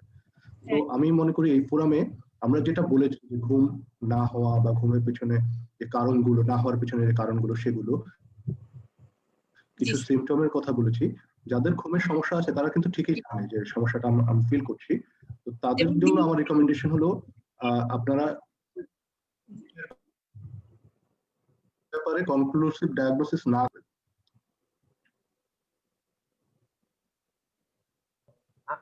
আমি যদি একটু যুক্ত করি, কামাল ভাইয়ের সাথে একটু যুক্ত করতে চাই। কামাল ভাই খুব সুন্দর কতগুলো কথা বলেছেন, আমিও সেই একমত যে ঘুমের বিষয়ে কোনো সমস্যা হলে আসলে নিজে নিজে সেলফ ডায়াগনোসিস করার কোনো সুযোগ নাই। কারণ সেলফ ডায়াগনোসিস আমাকে কিন্তু সেলফ মেডিকেশনের দিকে নিয়ে যাচ্ছে, যেটা খুবই ভয়ঙ্কর একটি বিষয় আমরা দেখতে পাচ্ছি আমাদের ক্লিনিক্যাল প্র্যাকটিস এবং চারদিকগুলোতে। ফলে ঘুমের ক্ষেত্রে আমাদের যেই সমস্যাই হোক না কেন, হয় ঘুম আসতে দেরি হচ্ছে, অথবা খুব ভোরে ঘুম ভেঙে যাচ্ছে, আমি বেশি ঘুমাচ্ছি, অথবা আমার ছাড়া ছাড়া ঘুম হচ্ছে, ঘুমের ভেতরে আমি দুঃস্বপ্ন দেখছি, ঘুম থেকে উঠে আমি রিফ্রেশ বোধ করছি না, যাই ঘটুক না কেন আমি বলবো একজন বিশেষজ্ঞের পরামর্শ নেওয়ার জন্য। আর জি, একটি স্যার। কথা কামাল ভাই বলার সাথে সাথে আমার মানে এই কথাটা বলার জন্য আমি খুব আর্টস ফিল করছি, যেটা আমি ক্লিনিক্যালি প্র্যাকটিসে খুব বেশি পাই, যেটি হচ্ছে দুটো বিষয়। প্রথম বিষয় হচ্ছে যে আমাদের সাইকিয়াট্রিস্ট সম্পর্কে একটা ভুল ধারণা সারা দেশের মানুষের আছে যে আমাদের কাছে গেলেই ঘুমের ওষুধ দেওয়া হয়। এখন এই বিষয়টি আসলে আমাদের বর্তমান প্রজন্মের সাইকিয়াট্রিস্ট যারা আমরা কাজ করছি, এটি সম্পূর্ণ আমার মনে হয় একদমই ভুল। আমরা আসলে ঘুমের ওষুধ তো দেই না, বরং আমাদের ওষুধ খেয়ে, বিশেষ করে কামাল ভাই তো বললেন স্টিমুলেন্ট, আমাদের এসএসআরআই যে ডিপ্রেশনের যে ওষুধটা আমরা দিয়ে থাকি সেরোটোনিন রিআপটেক, এটাও কিন্তু ঘুম কমায়। বলে আমাদের ওষুধ দিলে এখন কিন্তু আমাদের কাছে উল্টো কমপ্লেন আসে যে ডাক্তার সাহেব কি ওষুধ দিলেন, আমার তো ঘুম কমে গেছে। তাহলে সেটাও আমাদেরকে মাথায় রাখতে হয় যে ঘুমের ওষুধ, এটি হচ্ছে একটি বিষয়। দ্বিতীয় একটি বিষয় যেটি কামাল ভাই বলেছেন আমি বলতে চাই, সেলফ ডায়াগনোসিস আমাদেরকে নিয়ে যাবে সেলফ মেডিকেশনের দিকে। আমরা অন্তত পক্ষে আজকের এই আলোচনা থেকে একটা মেসেজ যদি দিতে পারি সাধারণ মানুষকে, সেটি হচ্ছে নিজে নিজে কখনোই কখনোই দোকান থেকে কিনে ঘুমের ওষুধ সেবন করবেন না। এটি হচ্ছে নাম্বার ওয়ান মেসেজ আমার। ঘুমের ওষুধ সেবন করা কিন্তু আপনার আলটিমেট ইয়াবা অ্যাডিকশন, গাঁজা অ্যাডিকশন, অ্যালকোহল অ্যাডিকশনের মতো একটা অ্যাডিকশনে পরিণত করে মানুষকে। ফলে নিজে নিজে কখনোই ঘুমের ওষুধ কিনে খাবেন না। দ্বিতীয় আরেকটি ছোট্ট উপদেশ এর মাধ্যমে যদি মানুষ পায়, সেটা হচ্ছে যে চিকিৎসকরা অনেক সময় প্রয়োজনে ঘুমের ওষুধ দিয়ে থাকেন, কিন্তু আপনি দেখবেন যে লেখা থাকে 10 দিন, 20 দিন, 21 দিন। অনেক সময় আমাদের রোগীরা সেই সংখ্যাটা ভুলে যান। তারা বলেছেন ডাক্তার সাহেব তো দিয়েছেন, আমি খাচ্ছি 4 বছর ধরে। আমি কাগজটা নিয়ে দেখি ডাক্তার সাহেব লিখেছেন 28 দিন খাবেন, 14 দিন খাবেন, কিন্তু ওনার ভালো লেগেছে বলে উনি 4 বছর ধরে খাচ্ছেন। এই দুটি জিনিস আমাদেরকে মাথায় রাখতে হবে, যে একা একা নিজে নিজে কখনো যেন ঘুমের ওষুধ না খাই। আর দ্বিতীয়ত, চিকিৎসক যদি ঘুমের ওষুধ দিয়েই থাকেন, কেবলমাত্র তার নির্দেশিত সময়ের বেশি, একদিনও বেশি আমরা যেন ঘুমের ওষুধ গ্রহণ না করি। ধন্যবাদ। Thank you sir. এটা লাস্টের দিকে একটা কোয়েশ্চেন ছিল, বাট এটা দেখে খুব ভালো লেগেছে যে আমাদের আলোচনায় স্পন্টেনিয়াসলি এই টপিকটা এসেছে, এবং এটা খুবই কমনলি এই ম্যাল প্র্যাকটিসটা করা হয়। অনেক মানুষ আসলে সচেতনতার অভাবে হোক বা একটা হেল্পলেসনেস এর জায়গা থেকে হোক, এই অ্যাওয়ারনেস এর অভাবে হোক, এই প্র্যাকটিস গুলো করে, যেগুলো খুবই আসলে খুবই নিজের শারীরিক মানসিক স্বাস্থ্যের জন্য খুবই ক্ষতিকর। তো আমি আশা করি যারা আপনারা শুনেছেন আমাদের আলোচকদের এই পয়েন্টগুলো আপনারা অবশ্যই একটু সিরিয়াসলি নিবেন, এবং অবশ্যই নিজে নিজে কখনোই এই ট্রিটমেন্ট গুলো নিজে করার চেষ্টা করবেন না, ফার্মেসি থেকে নিজে কিনবেন না, এবং কখনোই আসলে প্রেসক্রিপশনে থাকলেও সেটা টাইমের বিয়ন্ডে গিয়ে স্যার যেটা বললেন যে নিজে নিজে সেটাকে বছর ধরে প্র্যাকটিস করবেন না। এটা খুবই ভয়ঙ্কর আসলে আমাদের ক্ষতি হয়, এটা আমরা রিয়েলাইজ করতে পারি না বর্তমানে থেকে। তো এই জায়গা থেকেই আমি একটু হেলাল স্যার, আপনি যদিও নিজে থেকে এই প্রশ্নের মধ্যে এঙ্গেজ করেছেন, বাট এখানে একটু প্রশ্ন ছিল যে আমাদের বিশেষ করে যারা ইয়াং, তারা অনেক সময় বলে যে ওই যে সারা রাত সজাগ থাকে, এবং দিনে হয়তো অন্য কাজ করে, দিনের কোনো একটা সময় হয়তো 4-5 ঘন্টা ঘুমায়, বা রাতে এরকম ঘুমায় 3-4 ঘন্টা, যেটা আমাদের আগে আলোচনা আসছে যে এটা পারসেপশনের একটা ব্যাপার। মনে করে যে আমার এতটুকু ঘুম এনাফ, আমার কোনো ক্ষতি হচ্ছে না, কিন্তু এটা সাইন্টিফিকলি এটা আসলে যুক্তিটা কতটুকু এটা সাইন্টিফিক, বা এটার ব্যাখ্যাটা কি, যে আমি যদি এই আমার আর্লি স্টেজ অফ লাইফে আমি যদি এরকম 2 ঘন্টা 1 ঘন্টা ঘুমাই, এবং যত্রতত্র দিনে রাতে এগুলো যদি এরকম মিলে যায়, এটা কি আসলে লেটার কনসিকুয়েন্সেস আছে, নাকি আসলে ওটাই যে এটা ইন্ডিভিজুয়াল, যার যতটুকু নিড ওই 1 ঘন্টা হলেই আসলে সে লং রানেও সে ভালো থাকবে? এই জায়গাটা যদি একটু ক্লারিফাই করেন, কারণ এই জায়গায় আমার মনে হচ্ছে যে অনেক ভুল ধারণা আছে। অনেকেই হচ্ছে কি নিজের ক্যাপাসিটির কথা বলে একটা আমরা র্যান্ডম একটা ঘুমের সাইকেল মেনটেন করি। এটা আসলে আপনার কাছ থেকে জানতে চাচ্ছি স্যার, কতটুকু সাইন্টিফিক এটা, বা এটার লং টার্ম ইফেক্টটা কিরকম? ধন্যবাদ, ধন্যবাদ রুবিন আপনাকে। দুটো প্রসঙ্গ এখানে, একটা হচ্ছে আমি কতটুকু ঘুমানো আমার জন্য জরুরি, আর কখন ঘুমানোটা আমার জন্য জরুরি, দুটো প্রসঙ্গ। যদি কতটুকু ঘুমানো জরুরি সে প্রশ্নের উত্তর দিই, তাহলে আমরা বলবো দুই ধরনের মানুষ পৃথিবীতে আছে, অনেক অনেক ভাবে ব্যাখ্যা করতে পারি। একটা হচ্ছে লং স্লিপার, একজন হচ্ছে শর্ট স্লিপার। কেউ কেউ 4 ঘন্টা ঘুমিয়েও কিন্তু পূর্ণ উদ্যমে কাজ করতে পারেন, তার এনার্জিকে রিস্টোর করতে পারেন, তার জীবনযাত্রা স্বাভাবিক রাখতে পারেন, মানসিকভাবে সুস্থ থাকতে পারেন, শারীরিকভাবে সুস্থ থাকতে পারেন। তাদেরকে আমরা বলি শর্ট স্লিপার, এটা কিন্তু কোনো সমস্যা না। আরেক দল হচ্ছে লং স্লিপার, তাদের 8 থেকে 12 ঘন্টার মতো ঘুম প্রয়োজন হয়, এবং এই সময়টা না ঘুমিয়ে, এই সময়টুকু ঘুমিয়েই তারা তাদের জীবনযাত্রার মানকে স্বাভাবিক রাখতে পারেন। সুতরাং সময়টা গুরুত্বপূর্ণ না, কমপক্ষে 4 ঘন্টা ঘুমিয়েও কেউ ভালো থাকতে পারেন, কেউ 12 ঘন্টাও ঘুমাতে পারেন। গুরুত্বপূর্ণ বিষয়টা হচ্ছে কখন এই 4 ঘন্টা, কখন এই 12 ঘন্টা। এই জায়গাটাতে আমরা বলবো যে অবশ্যই ঘুমের সময়টা হতে হবে রাতে, অর্থাৎ রাতের বেলা। তিনি যদি 4 ঘন্টা ঘুমান রাতেই ঘুমাবেন, তিনি যদি 10 ঘন্টা ঘুমান রাতেই ঘুমাবেন, দিনের বেলা ঘুমানো যাবে না। কেন সাইন্টিফিক, আমি যদি একটা তথ্য দিয়ে ব্যাখ্যা করি, আমি সামনে এটা খুলেই রেখেছি আমার ল্যাপটপের সামনে। সেটা হচ্ছে দুপুর 12টার পর থেকে দুপুর 2টা 30-এ দেখা যায় মানুষের সার্কাডিয়ান ক্লক আছে, বায়োলজিক্যাল ক্লক মানুষের মস্তিষ্কে। সেখানে 2:30টার সময়, দুপুর 2:30টায় আমাদের বেস্ট কোঅর্ডিনেশন হয় বডি, সবকিছু মিলে আমার মেমোরি সবচেয়ে বেস্ট কোঅর্ডিনেশন হয়। 3:30টার সময় আমি বেস্ট রিঅ্যাকশন টাইম পাই। আমার কার্ডিওভাস্কুলার এফিকেসি সবচেয়ে ভালো হয় বিকাল 5টায়। আমার ব্লাড প্রেশার কিন্তু সবচেয়ে বেশি থাকে সন্ধ্যা 6:30টায়। আমার বডি টেম্পারেচার সারাদিনের মধ্যে সবচেয়ে বেশি থাকবে সন্ধ্যা 7টায়। এবং আমাদের মস্তিষ্কে মেলাটোনিন বলে একটি ঘুমের যে হরমোন, সেটি সিক্রেশন হওয়া শুরু হয় 9টার পর থেকে, রাত 9টার পর থেকে। এবং রাত 10:30টার পর থেকে আমাদের পেটের যে বাউল মুভমেন্ট সেটা কমতে থাকতে থাকে, এবং রাত 2টায় আমরা সর্বোচ্চ ডিপ স্লিপে যেতে পারি, এবং আমাদের বডি টেম্পারেচার কমে যায় রাত 4:30টায়, এবং আমাদের আবার বাউল মুভমেন্ট শুরু হয় সকাল 8:30টার সময়, এবং আমাদের হাই অ্যালার্টনেস সবচেয়ে বেশি অ্যালার্ট হই আমরা সকাল 10টায়। এটি কিন্তু আমাদের সফটওয়্যারের গঠন, মানব জীবনের যে সফটওয়্যার সেটি কিন্তু এভাবেই চলবে। এবং এটাকেই বলা হয় সার্কাডিয়ান রিদম বা বায়োলজিক্যাল ক্লক অথবা ডাইউরিনাল ভ্যারিয়েশন, যেই সব কঠিন শব্দই বলি না কেন, সোজা করে বললে বায়োলজিক্যাল ক্লক। এই ক্লক পাল্টানোর সুযোগ মানুষের নাই। এটাই আমাদের প্রকৃতি বলেন, ঈশ্বর বলেন, যেই ভাবেই বলেন না কেন, এটি আমাদের মধ্যে তৈরি করে দেওয়া হচ্ছে। এটা বিল্ট ইন এই ক্লকটা, এই ক্লকটাকে আমরা কোনোভাবেই পরিবর্তন করতে পারি না। এই ক্লকটা, যে একটা গান আছে না, যে ঘড়ি একটা কি, মন আমার দেহ ঘড়ি সন্ধান করি, কোন মিস্ত্রি বানাই আছে ঘড়ি, একটা চাবি মাইরা দিল চাইরা সেই চাবি ঘুরতে আছে, সেভাবেই কিন্তু ঘুরতেছে। এটাকে পরিবর্তন করার কোনো সুযোগ আমাদের নাই, আমরা পরিবর্তন করতে পারবো না। যখনই আমরা এটা পরিবর্তন করতে যাই তখন আমরা খোদার উপর খোদকারি করি। তখন আমরা কি করি, রাতের বেলা যখন আমার মেলাটোনিন সিক্রেশন বাড়ছে, যখন আমার অ্যালার্টনেস কমছে, তখন আমি অ্যালার্ট হয়ে পড়ালেখা করছি, কনসেন্ট্রেশন দিচ্ছি, কাজ করছি। আর দিনের বেলা আমার বডি যখন অ্যালার্ট থাকছে তখন আমি ঘুমাচ্ছি। এটিতে কি হয়, এটিতে আমাদের, আপনি একটা কম্পিউটারের ক্ষেত্রে দেখবেন সফটওয়্যার হার্ডওয়্যার একটা কনফ্লিক্ট হয়, সংঘর্ষ হয়। সফটওয়্যার যদি হার্ডওয়্যারের সাথে না মিলে কম্পিউটার চলে না। ঠিক তেমনি ভাবে আমরা যখন এই কাজগুলো করি, আমার বডির সফটওয়্যার যখন আমাকে অ্যালার্ট থাকতে বলছে তখন আমি ঘুমাচ্ছি, বডির সফটওয়্যার যখন আমাকে ঘুমাতে বলছে তখন আমি অ্যালার্ট থাকছি। তখন আমার 3টা জায়গায় সমস্যা হয়।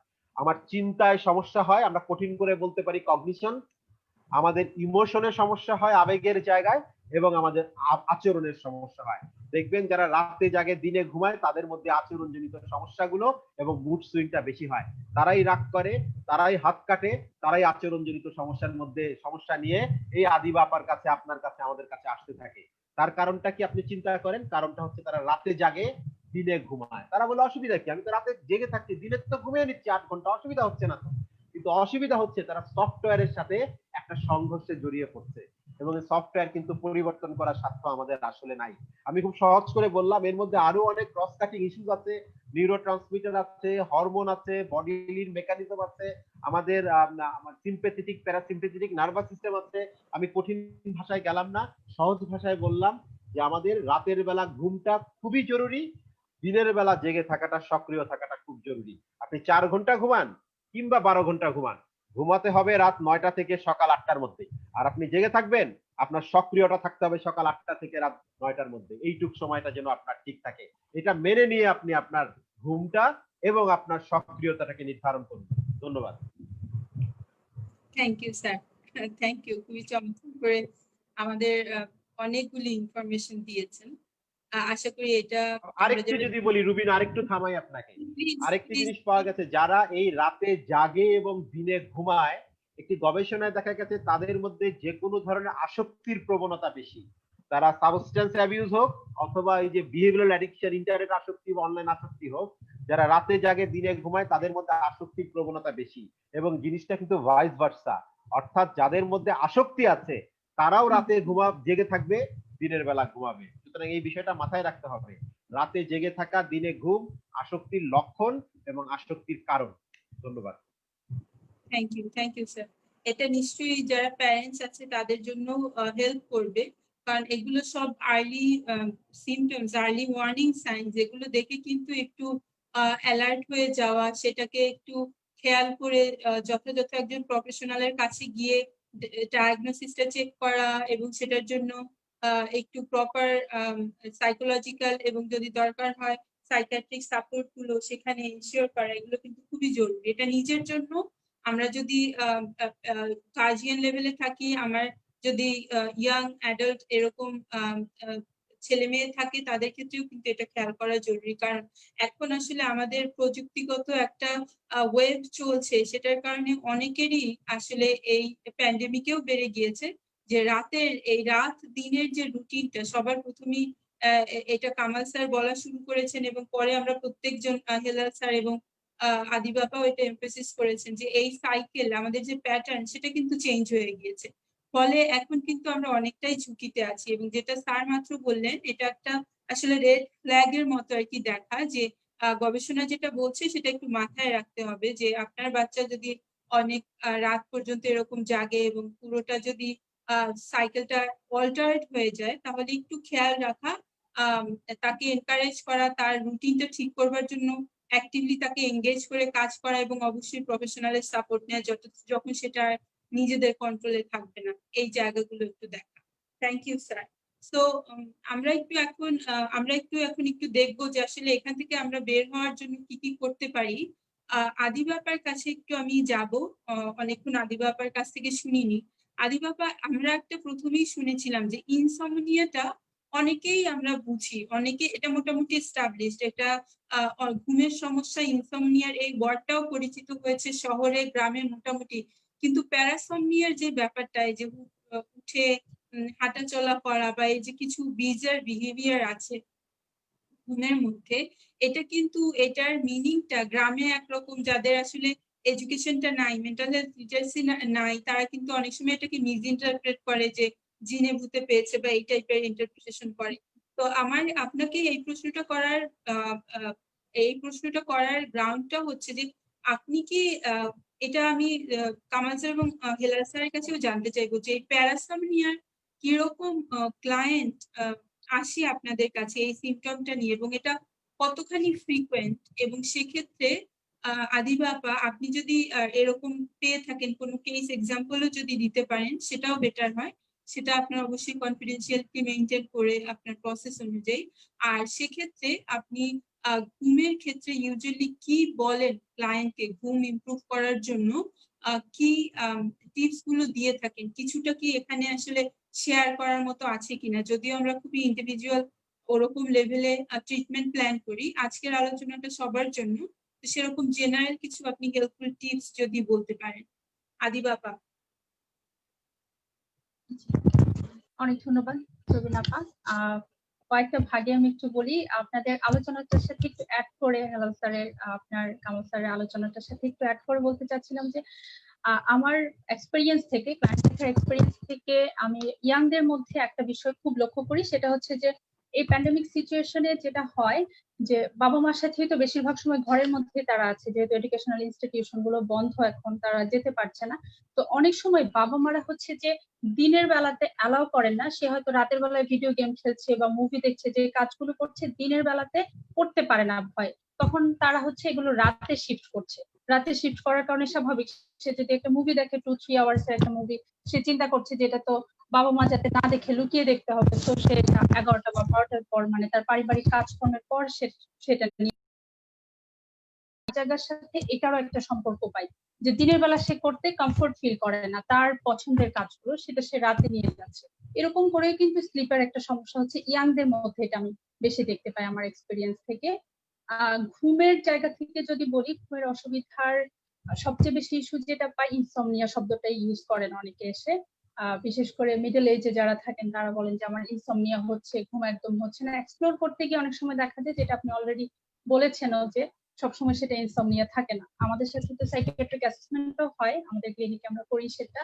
তো অ্যাসেসমেন্টে দেখা যায় যে ইনসমনিয়া আসে না, বা আমরাও এক্সপ্লোর করে অনেক সময় ধরতে পারি যে এটা আসলে ইনসমনিয়া না, উনি হয়তো বলছেন বা মনে করছেন, বিকজ এটা একটা কমন শব্দ এখন এটা। এবং ঘুমের ওষুধের কথা যদি বলি, এটার হিস্ট্রিটা কিন্তু অনেক কমন, নিচে নিচে হেলাল স্যার অলরেডি বলেছেন, নিচে নিচে আমি আরেকটা সেক্টরে যেখানে কাজ করছি ফোনে বা টেলি কাউন্সিলিং এ, সেখানেও কিন্তু শুনি, যদি জিজ্ঞেস করি যে কোথা থেকে আপনি কি প্রেসক্রাইব মেডিসিন খাচ্ছেন, বলে যে না ফার্মেসি থেকে দিয়েছে, অথবা বন্ধু খাচ্ছে, অথবা ফ্যামিলিতে ওষুধের যে বক্স থাকে সেখানে আছে ঘুমের ওষুধ, মা খাচ্ছেন অথবা বাবা খাচ্ছেন, সেখান থেকে নিয়ে খেয়ে ফেলেছেন। এই হিস্ট্রিটা কিন্তু খুব কমন থাকে যখন আমরা হিস্ট্রি নিই ঘুমের।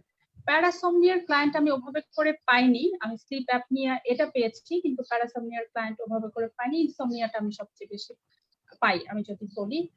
সেটা তো বিভিন্ন কারণ আমরা শুরুর দিকে বললামই, অনেক ধরনের কারণে সেটা হয়। তার অনেক সময় একদম রিসেন্ট কোন ইনসিডেন্ট, মানে আপনি স্লিপ অ্যাপনিয়া মেনশন করেছেন, যদি একটু ওইটা ইলাবোরেট করেন যে ওটা আবার কি জিনিস। আমরা প্যারাসomnia বুঝলাম, ইনসমনিয়া বুঝলাম, সার্কেডিয়ান ওইটার ক্লক চেঞ্জটাও বুঝলাম, স্লিপ অ্যাপনিয়াটা যদি বলেন, এটাও অনেকেই আসলে এক্সপেরিয়েন্স করে, জানতে চাই এটা কি জিনিস।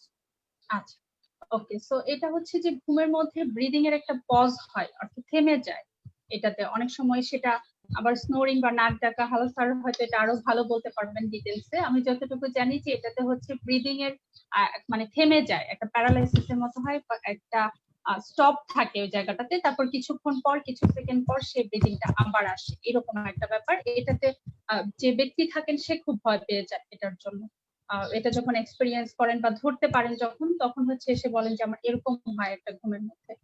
তো আমি যতটুকু বুঝি যে এটাতে ক্লায়েন্টের জন্য বা একজন ব্যক্তির জন্য বেশ ভয়ের একটা কারণ হয় স্লিপ অ্যাপনিয়া। অনেক সময় জানেন না ডিটেলসটা যে কি এটা, কি কারণে হতে পারে, বা এটার ম্যানেজমেন্টটা কি হবে, তো এরকম থাকে। আর কিওরের ব্যাপারটা যেটা, যে স্লিপ প্রবলেমে যে আমরা যেভাবে কাজ করি, মূলত তো এক্সপ্লোরেশন এখানে খুব জরুরি, যে তার যে ল্যাক অফ স্লিপ হচ্ছে বা ইনসমনিয়া হচ্ছে বা অন্য যা কিছুই হচ্ছে, এটার পেছনে কি কি কারণ থাকে, লং হিস্ট্রি অনেক সময় আমরা নিই, আরো বিভিন্ন কারণ পাওয়া যায়। তার হচ্ছে রিসেন্ট কোনো ইনসিডেন্ট থাকতে পারে, ইভেন্ট থাকতে পারে, সেটার ফলে হতে পারে, তার ডিপ্রেশনের জন্য হতে পারে, এনজাইটির জন্য হতে পারে, আদার কোনো ফিজিক্যাল কন্ডিশনের জন্য হতে পারে। সেই জায়গাগুলোতে আমাদের কি কাজ করার আছে সেটা প্রফেশনাল সাইড থেকে করি।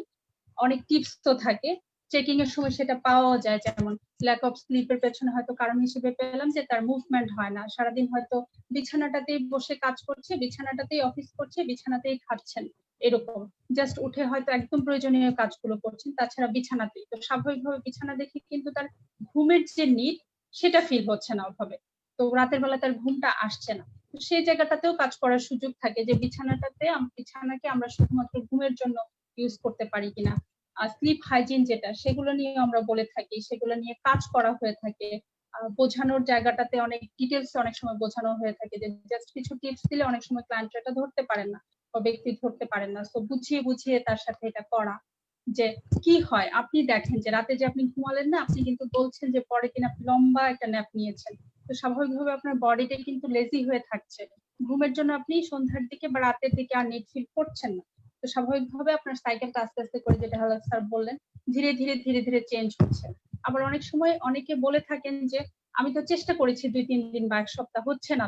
তো এটার জন্য টাইমও লাগে, সবসময় যেটা হুট করে সাইকেলটা আবার চেঞ্জ করে ফেলবো সেটাও হয় না, সেটার জন্য একটা টাইম দরকার হয় আমাদের।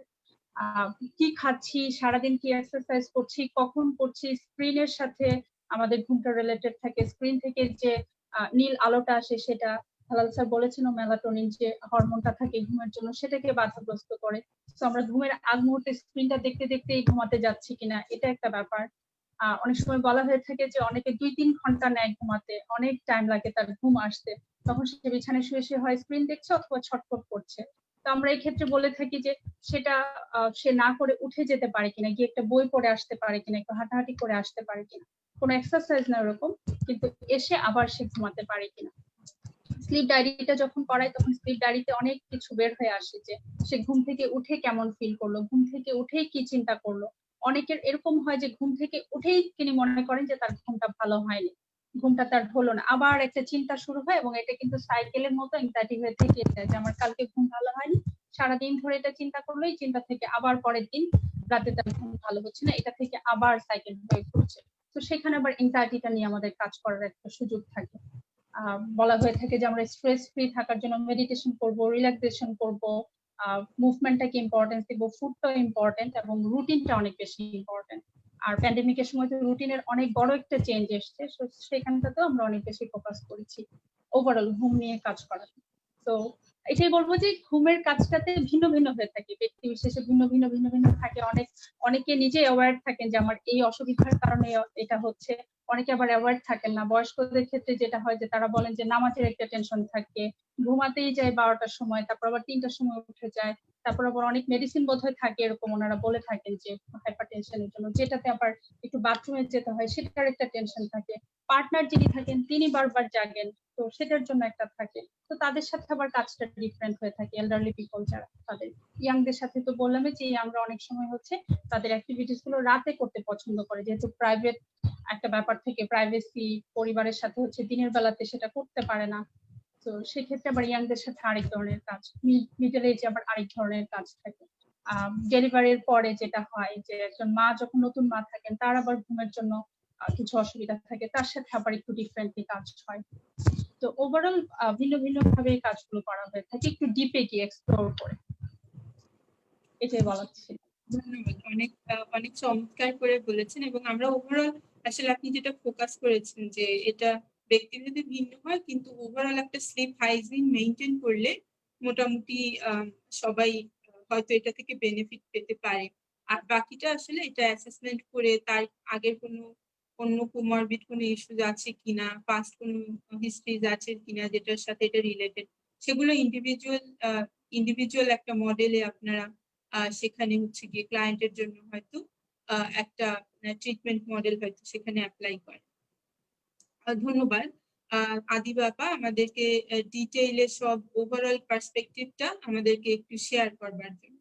তো আমরা জানি যে এই সময়ে, আমাদের এই প্যান্ডেমিকের সময় আসলে আমাদের ফ্রন্টলাইন হেলথ কেয়ার ওয়ার্কাররা অনেক বেশি স্ট্রেসের মধ্যে দিয়ে গিয়েছেন, এবং ফ্রন্টে থেকে এটা এই ঝুঁকির মধ্যে কাজ করতে গিয়ে তাদের আসলে নানান ধরনের অ্যাংজাইটি এবং ফিয়ার, এগুলোর মধ্যে কনস্ট্যান্ট এক্সপোজড হতে হতে তাদের কিন্তু একটা সিগনিফিকেন্ট লেভেলে মেন্টাল হেলথ ডিটেরিওরেট করেছে। তো সেখান থেকে আমাদের ফ্রন্টলাইন হেলথ কেয়ার ওয়ার্কাররা অনেক সময় বলেছে যে তাদের যে ঘুমটা যে লাগবে প্রপার এবং এটা যে হচ্ছে না, সেটা তারা বারবারই রিলেট করেছে তাদের ওয়ার্কলোড এবং স্ট্রেসের জায়গায়। তো আমি একটু কামাল স্যারের কাছে জানতে চাইবো যে স্যার, আপনি এই যে আমাদের ফ্রন্টলাইন হেলথ কেয়ারদের ওয়ার্কার যারা, তাদের ব্যাপারটাই যদি একটু মাথায় রেখে বলেন যে স্ট্রেসের সাথে কিভাবে স্লিপটা রিলেটেড, এবং এই স্ট্রেসটা কিভাবে ম্যানেজ করে একটা একটু স্লিপের কোয়ালিটিটা কিভাবে তারা বাড়াতে পারে, বিশেষ করে ফ্রন্টলাইন হেলথ কেয়ার ওয়ার্কাররা, তাদের কনটেক্সটটা মাথায় রেখে যাতে তারা একটু বেনিফিটেড হতে পারে। স্পেসিফিক কিছু পয়েন্ট যদি আপনি শেয়ার করতে পারেন কামাল স্যার। ধন্যবাদ। আমার অভিজ্ঞতা, আমরা ডিপার্টমেন্ট, ক্লিনিক্যাল সার্ভিস ডিপার্টমেন্টের পক্ষ থেকে বর্তমানে ঢাকা এবং ঢাকার বাইরে যারা ফ্রন্টলাইন ওয়ার্কার হিসেবে আছেন তাদের সাথে একটা প্রজেক্টে আমরা কাজ করছি, তাদের সাপোর্ট দেওয়ার জন্য, মূলত তাদের স্ট্রেস ম্যানেজমেন্ট এই সংক্রান্ত। এবং ইতিমধ্যে আমরা বেশ কয়েকটা অনলাইনে ওয়ার্কশপও আয়োজন করেছি।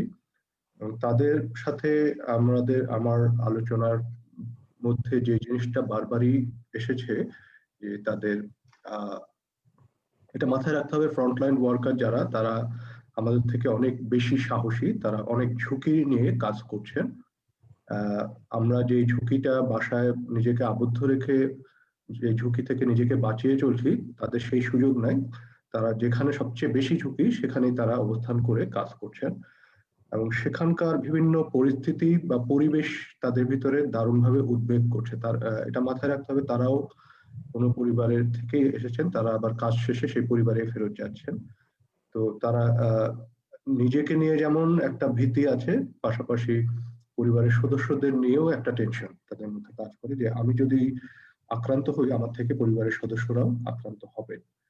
মাঝখানে আমরা কিন্তু জানি যে চিকিৎসক এবং যারা আছেন তারা কিন্তু বাসায় ছিলেন না, অনেকেই জাস্ট হোটেলে বা বিভিন্ন গেস্ট হাউসে নিজেকে আইসোলেশনে রেখেই কাজ করছিলেন। তো বর্তমানে এখন সেই অবস্থা নাই, কিন্তু করোনার যে মানে ভীতিটা সেটা এখনো চলে যায়নি, এবং করোনা এখনো হচ্ছে, প্রতিদিনই আমরা শুনছি শনাক্ত হচ্ছে, এবং এখনো যদিও সংখ্যায় কম, তারপরও কিছু মানুষ মারা যাচ্ছে। তাদের ভীতিটা মানে তারা মারা যাবেন এইটা থেকে যেটা বেশি ভয়, কারণ ডক্টররা অলওয়েজ কাজ করছেন ঝুঁকিপূর্ণ সিচুয়েশনে, করোনা যখন ছিল না তখনও তারা এই বিভিন্ন রোগ জীবাণু আছে এই ধরনের পরিবেশের মধ্যে থেকেই তারা কাজ করেছেন, বিভিন্ন সংক্রামক ব্যাধি যারা আক্রান্ত তাদের সাথে কাজ করেছেন।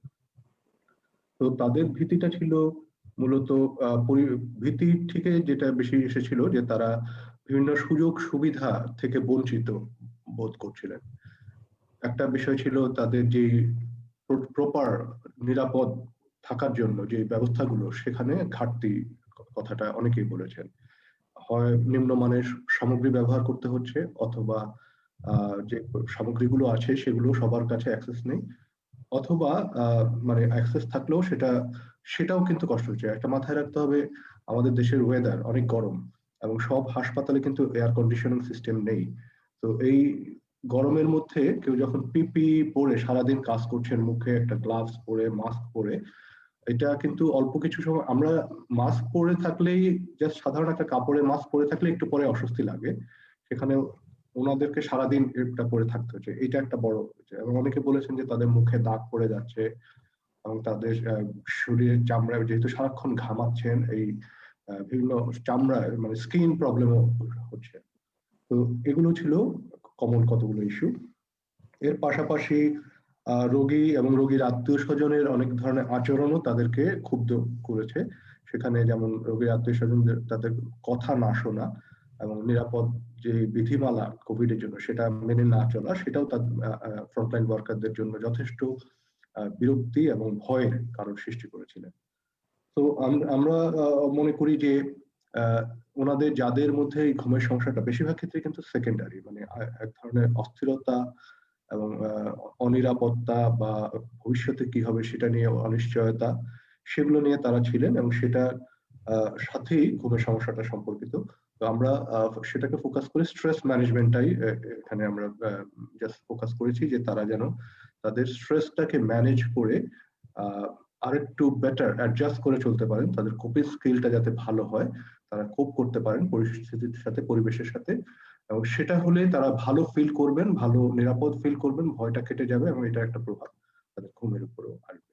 তো আমরা ফ্রন্টলাইন ওয়ার্কারদের শুধু বলছি না, সবার জন্যই বলছি যে যাদের ক্ষেত্রে ঘুমটা মূলত অন্য কোনো বিষয়ের থেকে ঘুমের সমস্যা হচ্ছে, তাদের ক্ষেত্রে প্রথম প্রয়োজনটা হবে সেই বিষয়টাকে আগে ম্যানেজ করা। অর্থাৎ আমি যদি কোনো কারণে খুব দুশ্চিন্তায় থাকি, উদ্বেগ থাকি, সেটার জন্য আমার ঘুমের সমস্যা হয়, আমাকে কিন্তু প্রথমে ওই দুশ্চিন্তা বা উদ্বেগটাকে ম্যানেজ করতে হবে, পাশাপাশি বা পরবর্তীতে আমি ঘুমটাকে ম্যানেজ করার জন্য যাব। কারণ আমরা দেখেছি যে মানে উদ্বেগ বা দুশ্চিন্তা যদি কেউ ভালোভাবে ম্যানেজ করতে পারে, ভালো কোপিং স্কিল ডেভেলপ করে, এটা তাকে এমনি এমনি তার ঘুমের কোয়ালিটি বা কোয়ান্টিটি বাড়িয়ে দেয়।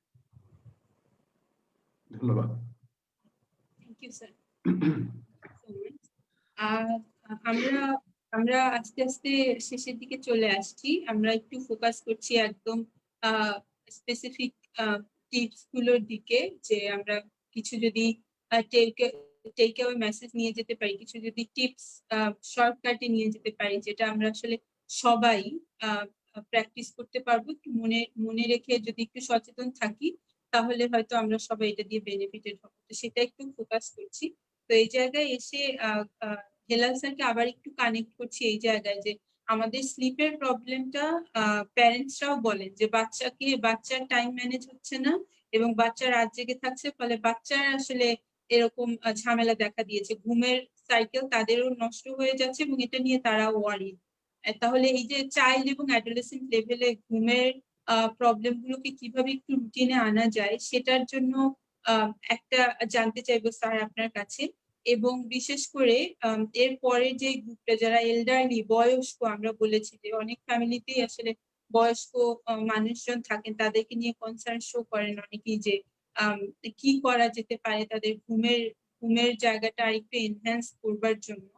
তো একটা তো আমরা জানি যে ক্রোনোলজিক্যালি যত এইজ বাড়ে, যেটা স্যার আগেই বলেছিলেন, তখন ঘুমের মানটা একটু টাইমটা কমে যায়, আর যত ইয়াং থাকে তখন তাদের ঘুমের পরিমাণটা তত বেশি ইনট্যাক্ট থাকে, ভালো থাকে। বাট এই কনটেক্সটটা সাথে নিয়েই আমরা স্টিল এল্ডারলিদের কি কিছু বলতে পারি যে ঘুমের মানটাকে একটু বাড়ানোর জন্য? স্যার আপনি আগে যেটা বলেছিলেন একদম, যে গুণগত মান ঘুমের এবং পরিমাণ সময় সেটা দুইটা ব্যাপার। তো এখানে এসে ওই গুণগত মানটাকেই ফোকাস করছি যে আমরা সবাই ঘুমের গুণগত মানটা একটু এনহ্যান্স করার জন্য আমরা কি কি করতে পারি। আর সেকেন্ড হচ্ছে যে আমাদের এই যে চাইল্ড এবং অ্যাডোলেসেন্ট লেভেলে তাদের ঘুমের রুটিনটা সাইকেলটা ঠিক রাখবার জন্য আমরা আসলে প্যারেন্টাল লেভেল থেকে আমরা কি করতে পারি, এই দুইটা জায়গা যদি স্যার একটু আলোকপাত করেন। ধন্যবাদ, ধন্যবাদ আপনাকে, ধন্যবাদ। আমি একটু বলি, আসলে এই টিপস গুলো কিন্তু আগেই সব আদিব আপা দিয়ে দিয়েছেন, মোটামুটি সবই বলে ফেলছেন। আমি সাথে একটু সংযুক্ত করবো দুটো বিষয়। একটি হচ্ছে কিছু প্র্যাকটিক্যাল কি কি করা যাবে এবং সেগুলো তো করতেই হবে, প্লাস প্রবীণদের জন্য এক্সট্রা কিছু বিষয় আমি বলবো। প্রথম যেটি হচ্ছে যে ঘুমের সময়টাকে একটা রুটিনের মধ্যে রাখতে হবে আমাদেরকে। আমরা যেটা রুটিন মতো ঘুমাতে যাই এবং রুটিন মতো যাই, এটা খুব গুরুত্বপূর্ণ, রুটিন মেনটেন করা, সেটি আমাদের মাথায় রাখতে হবে। দ্বিতীয় বিষয় হচ্ছে দিনের বেলা বিছানায় শোয়া যাবে না, অর্থাৎ বিছানাকে ঘুম ছাড়া অন্য কোনো কাজে ব্যবহার করার যে প্রবণতা আছে, আমরা বিছানায় শুয়ে বই পড়ি, বিছানায় শুয়ে ল্যাপটপে কাজ করি, বিছানায় শুয়ে ওয়েবিনার করি, বিছানায় শুয়ে অফিসের কাজ করি, এগুলো করা যাবে না। বিছানাকে কেবলমাত্র ঘুমের জন্য ব্যবহার করতে হবে, না হলে ব্রেনে কন্ডিশনিং হয়ে যাবে এবং একদিনের বেলা বিছানায় শুয়ে থাকলে ব্রেন ধরে নিবে আপনি ঘুমিয়ে আছেন, রাতে ঘুম হবে না। তার মানে হচ্ছে বিছানাকে ঘুমের জন্য ব্যবহার করতে হবে, দিনের বেলা বিছানায় শোয়া যাবে না, ঘুমের একটা নির্দিষ্ট সময় পালন করতে হবে। তৃতীয় বিষয় হচ্ছে যে আমাদের একটা ধারণা আছে যে সন্ধ্যার পরে ব্যায়াম ট্যায়াম করলে, একটু শারীরিক পরিশ্রম করলে বোধহয় ভালো ঘুম হবে। এটা একদম ভুল ধারণা। সন্ধ্যার পরে যদি জিম করা হয়, ব্যায়াম করা হয় বা কোনো ধরনের ফিজিক্যাল স্টিমুলেশন দেওয়া হয়, সেটি আমাদের মস্তিষ্ককেও কিন্তু উত্তেজিত করে, উজ্জীবিত করে, স্টিমুলেটেড করে। সুতরাং তখন কিন্তু ঘুম আসতে দেরি হবে। সুতরাং আপনার ব্যায়াম করার বিষয় বা ফিজিক্যাল এক্সারসাইজ করার বিষয়, হাঁটাহাঁটি করার বিষয়, সবকিছু কিন্তু সূর্য ডোবার আগে করে নেওয়াটা উত্তম। কারণ এরপরে আপনি যখন করবেন, আপনি ভাববেন একটু ক্লান্ত হয়ে দৌড়ায় আসি, ঘুমটা বোধহয় ভালো হবে। আসলে ভুল ধারণা। আপনি ক্লান্ত হয়ে দৌড়ায় আসলেন, ব্রেন কিন্তু স্টিমুলেট হয়ে আসছে, এটা করা যাবে না। আমরা মনে করি একটা ফ্রেশ গোসল দেই, ওয়াশ নেই, শাওয়ার নেই, ঘুমটা ভালো হবে। এটাও ভুল ধারণা। আপনি যখন রাতের বেলা ঘুমের আগে গোসল করছেন, শাওয়ার নিচ্ছেন, ওই ঠান্ডা বা গরম পানিতে আপনার স্নায়ুগুলো কিন্তু উজ্জীবিত হচ্ছে, ফলে আপনার রাতের ঘুমটা কিন্তু বাধাগ্রস্ত হচ্ছে। ঘুমের কমপক্ষে 4 ঘন্টা 5 ঘন্টা আগে আপনি আপনার শাওয়ার নেওয়াটা শেষ করবেন। এগুলো একদমই আমি বাস্তবমুখী কথাগুলো বলছি, বেশিরভাগ কথাই কিন্তু আদি বাবা বলে দিয়েছে, এগুলো আমি যুক্ত করছি সাথে। আরেকটি বিষয় গুরুত্বপূর্ণ, সেটি হচ্ছে তরুণদের জন্য আমি বলবো খুব গুরুত্বপূর্ণ বিষয়, ঘুমের কমপক্ষে 2 ঘন্টা আগে থেকে স্ক্রিন টাইমটা বন্ধ রাখতে হবে। টিভি দেখা, মোবাইলে কাজ করা, ল্যাপটপে কাজ করা, কাজটা কঠিন, আমাদের অনেকের জন্যই কঠিন, কামাল ভাইয়ের জন্য অনেক কঠিন, আমি জানি, আমার জন্য খুব কঠিন। ঘুমের 2 ঘন্টা আগে থেকে স্ক্রিন টাইম বন্ধ করাটা খুব কঠিন, কিন্তু এই কঠিন কাজটাই করতে হবে আমাদের। ঘুমের কমপক্ষে 2 ঘন্টা আগে থেকে আমি স্ক্রিন টাইম বন্ধ করে দিব, বই পড়বো বা অন্য কোনো কিছু করব, কিন্তু আমি স্ক্রিনের দিকে তাকাবো না, television, laptop, computer, Facebook, mobile কোনোর দিকে তাকাবো না। এগুলো একটা গুরুত্বপূর্ণ, সকলের জন্য, এটা প্রবীণদের জন্য, তরুণদের জন্য, সকলের জন্য। রিল্যাক্সিং কিছু করতে পারি, হালকা গান শুনতে পারি, সেগুলো একটা বিষয়। বেডরুমের এনভায়রনমেন্টটা ঠিক রাখতে পারি, ওয়েল ভেন্টিলেটেড রাখতে পারি, হ্যাঁ, এগুলো আমরা করতে পারি, এগুলো খুব ভালো বিষয়। প্রবীণদের জন্য একটা স্পেশাল বিষয় আমি বলতে চাই, সেটাকে আমরা বলি রিওরিয়েন্টেশন জিনিসটা হচ্ছে তাদেরকে দিনের বেলা অধিক আলোতে রাখতে হবে, যদি পারা যায় ডে লাইট, তারা ডে লাইট এক্সপোজার করবেন দিনের বেলা, আর রাতের বেলা তারা ডিম লাইট, অল্প আলো এবং কম মানুষজনের সান্নিধ্যে থাকবেন। তখন তাদের এটাকে রিওরিয়েন্টেড হবে, দিনের বেলা সক্রিয় থাকা, রাতের বেলা ঘুমানো, রিওরিয়েন্টেড করা। এবং আরেকটি বিষয় হচ্ছে দিনের বেলা তাদের অনেকে হয়তো বিছানায় শুয়ে থাকতে পারেন, সেই সময়ে আমরা তাদেরকে টাইম, প্লেস, পার্সন ওরিয়েন্টেড করব। যিনি আসবেন তিনি তার পরিচয় দিবেন, সময়টার কথা বলবেন, তার সাথে সক্রিয় থাকবেন, রাতের পরে তাকে সন্ধ্যার পরে যত তাকে কম স্টিমুলেটেড করা যায় সেই কাজটি করবেন। এটি প্রবীণদের জন্য খুব গুরুত্বপূর্ণ, রিওরিয়েন্টেশন আমরা বলি, অর্থাৎ দিনের বেলা ডে লাইট এক্সপোজার, রাতের বেলা কম আলোতে তিনি থাকবেন। এবং আরেকটি বিষয়, যখন আমাদের ঘুমের সাইকেলটা ওলটপালট হয়ে যায়, তখন আমরা কি করি? আমরা রাতের বেলা ঘুমানোর জন্য আপ্রাণ চেষ্টা করি, ঘুম আসছে না, আবার ঘুম আসছে না, কি করি? আমরা বলবো রাতের বেলা ঘুমানোর চেষ্টা করবেন না। আপনার যদি ঘুমের সাইকেলটা ওলটপালট হয়ে যায়, প্রথমেই আপনি রাতের বেলা ঘুমানোর চেষ্টা করবেন না। আপনার প্রথম চেষ্টাটা হবে দিনের বেলা সক্রিয় থাকা, অর্থাৎ আপনি উল্টো দিক দিয়ে যাবেন। রাতের বেলা ঘুমানোর চেষ্টা না করে দিনের বেলা না ঘুমিয়ে অ্যাক্টিভ থাকার চেষ্টা করুন।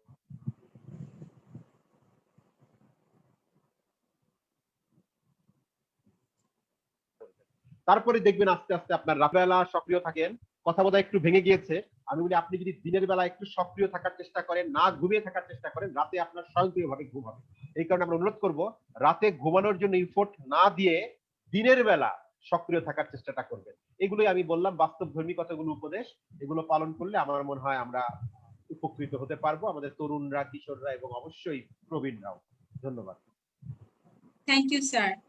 এটা আর সামারাইজ করার কিছু নাই, স্যার নিজেই সামারাইজ করে পয়েন্ট গুলো বলে দিয়েছেন, খুবই খুবই উপকারী কিছু টিপস দিয়েছেন এবং আমাদের মানে বয়সের বিয়ন্ডে গিয়ে আমাদের সকল বয়সের মানুষের জন্য এটা খুবই উপকারী।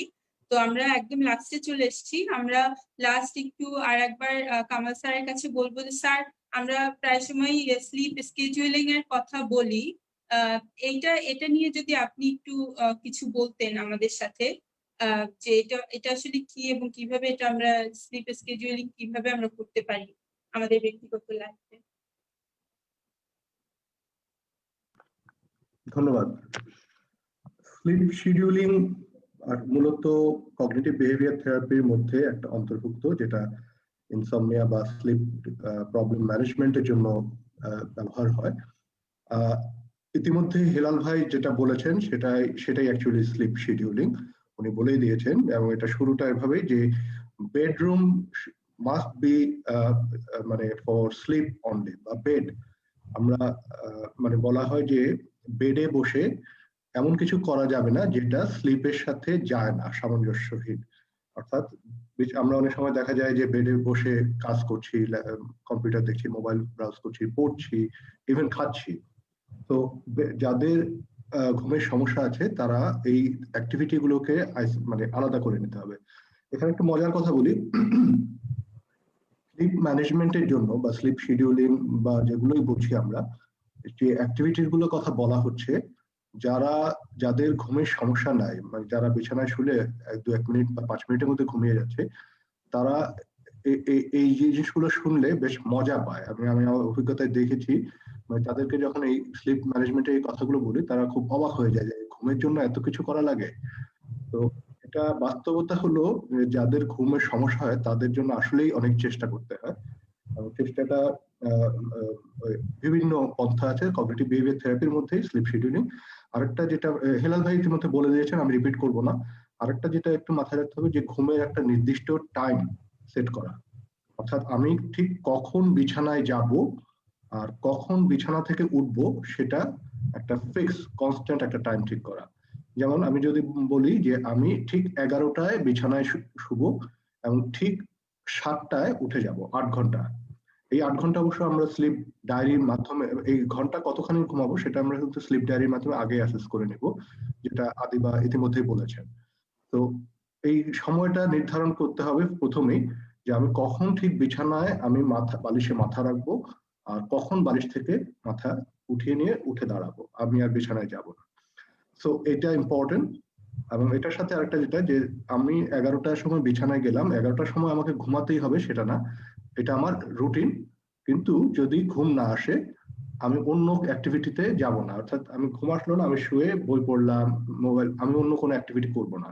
অন্য কোনো অ্যাক্টিভিটি করতে হলে আমাকে উঠে গিয়ে বা ওই রুম থেকে দরকার হলে বাইরে আর অন্য রুমে গিয়ে কাজটা করে নিতে হবে 15 মিনিট থেকে 20 মিনিট, এবং তারপর আমি আবার ফিরে আসবো। এটাকে বলে অবজার্ভ 15 মিনিটস রুল, এটাও একটা অংশ। আরেকটা যেটা মাথায় রাখতে হবে যে ঘুমের টাইমটা, অর্থাৎ আমি দেখা গেল এভাবে সারা রাত কেটে গেল, ঘুম আসলো না, আমার ঠিক 4টা 5টার দিকে ঘুম এসে গেল, এখন আমি লম্বা টানা ঘুম দেবো তা কিন্তু করা যাবে না। আমাকে মাথায় রাখতে হবে 7টায় আমি অ্যালার্ম দিয়েছি, ঠিক 7টায় উঠে যেতে হবে। ঘুম আসলেও এটাই আমাকে উঠে যেতে হবে। অর্থাৎ এই যে স্ট্রিক্ট একটা রুটিন মেনটেন করা, দিস ইজ ভেরি ইম্পর্টেন্ট যাদের ঘুমের সমস্যা আছে। তো স্লিপ শিডিউলিং এ এটাও একটা অংশ। আর আরেকটা বিষয় আছে যে কিছু জিনিস আছে কন্ট্রোলেবল আর কিছু আছে নট কন্ট্রোলেবল।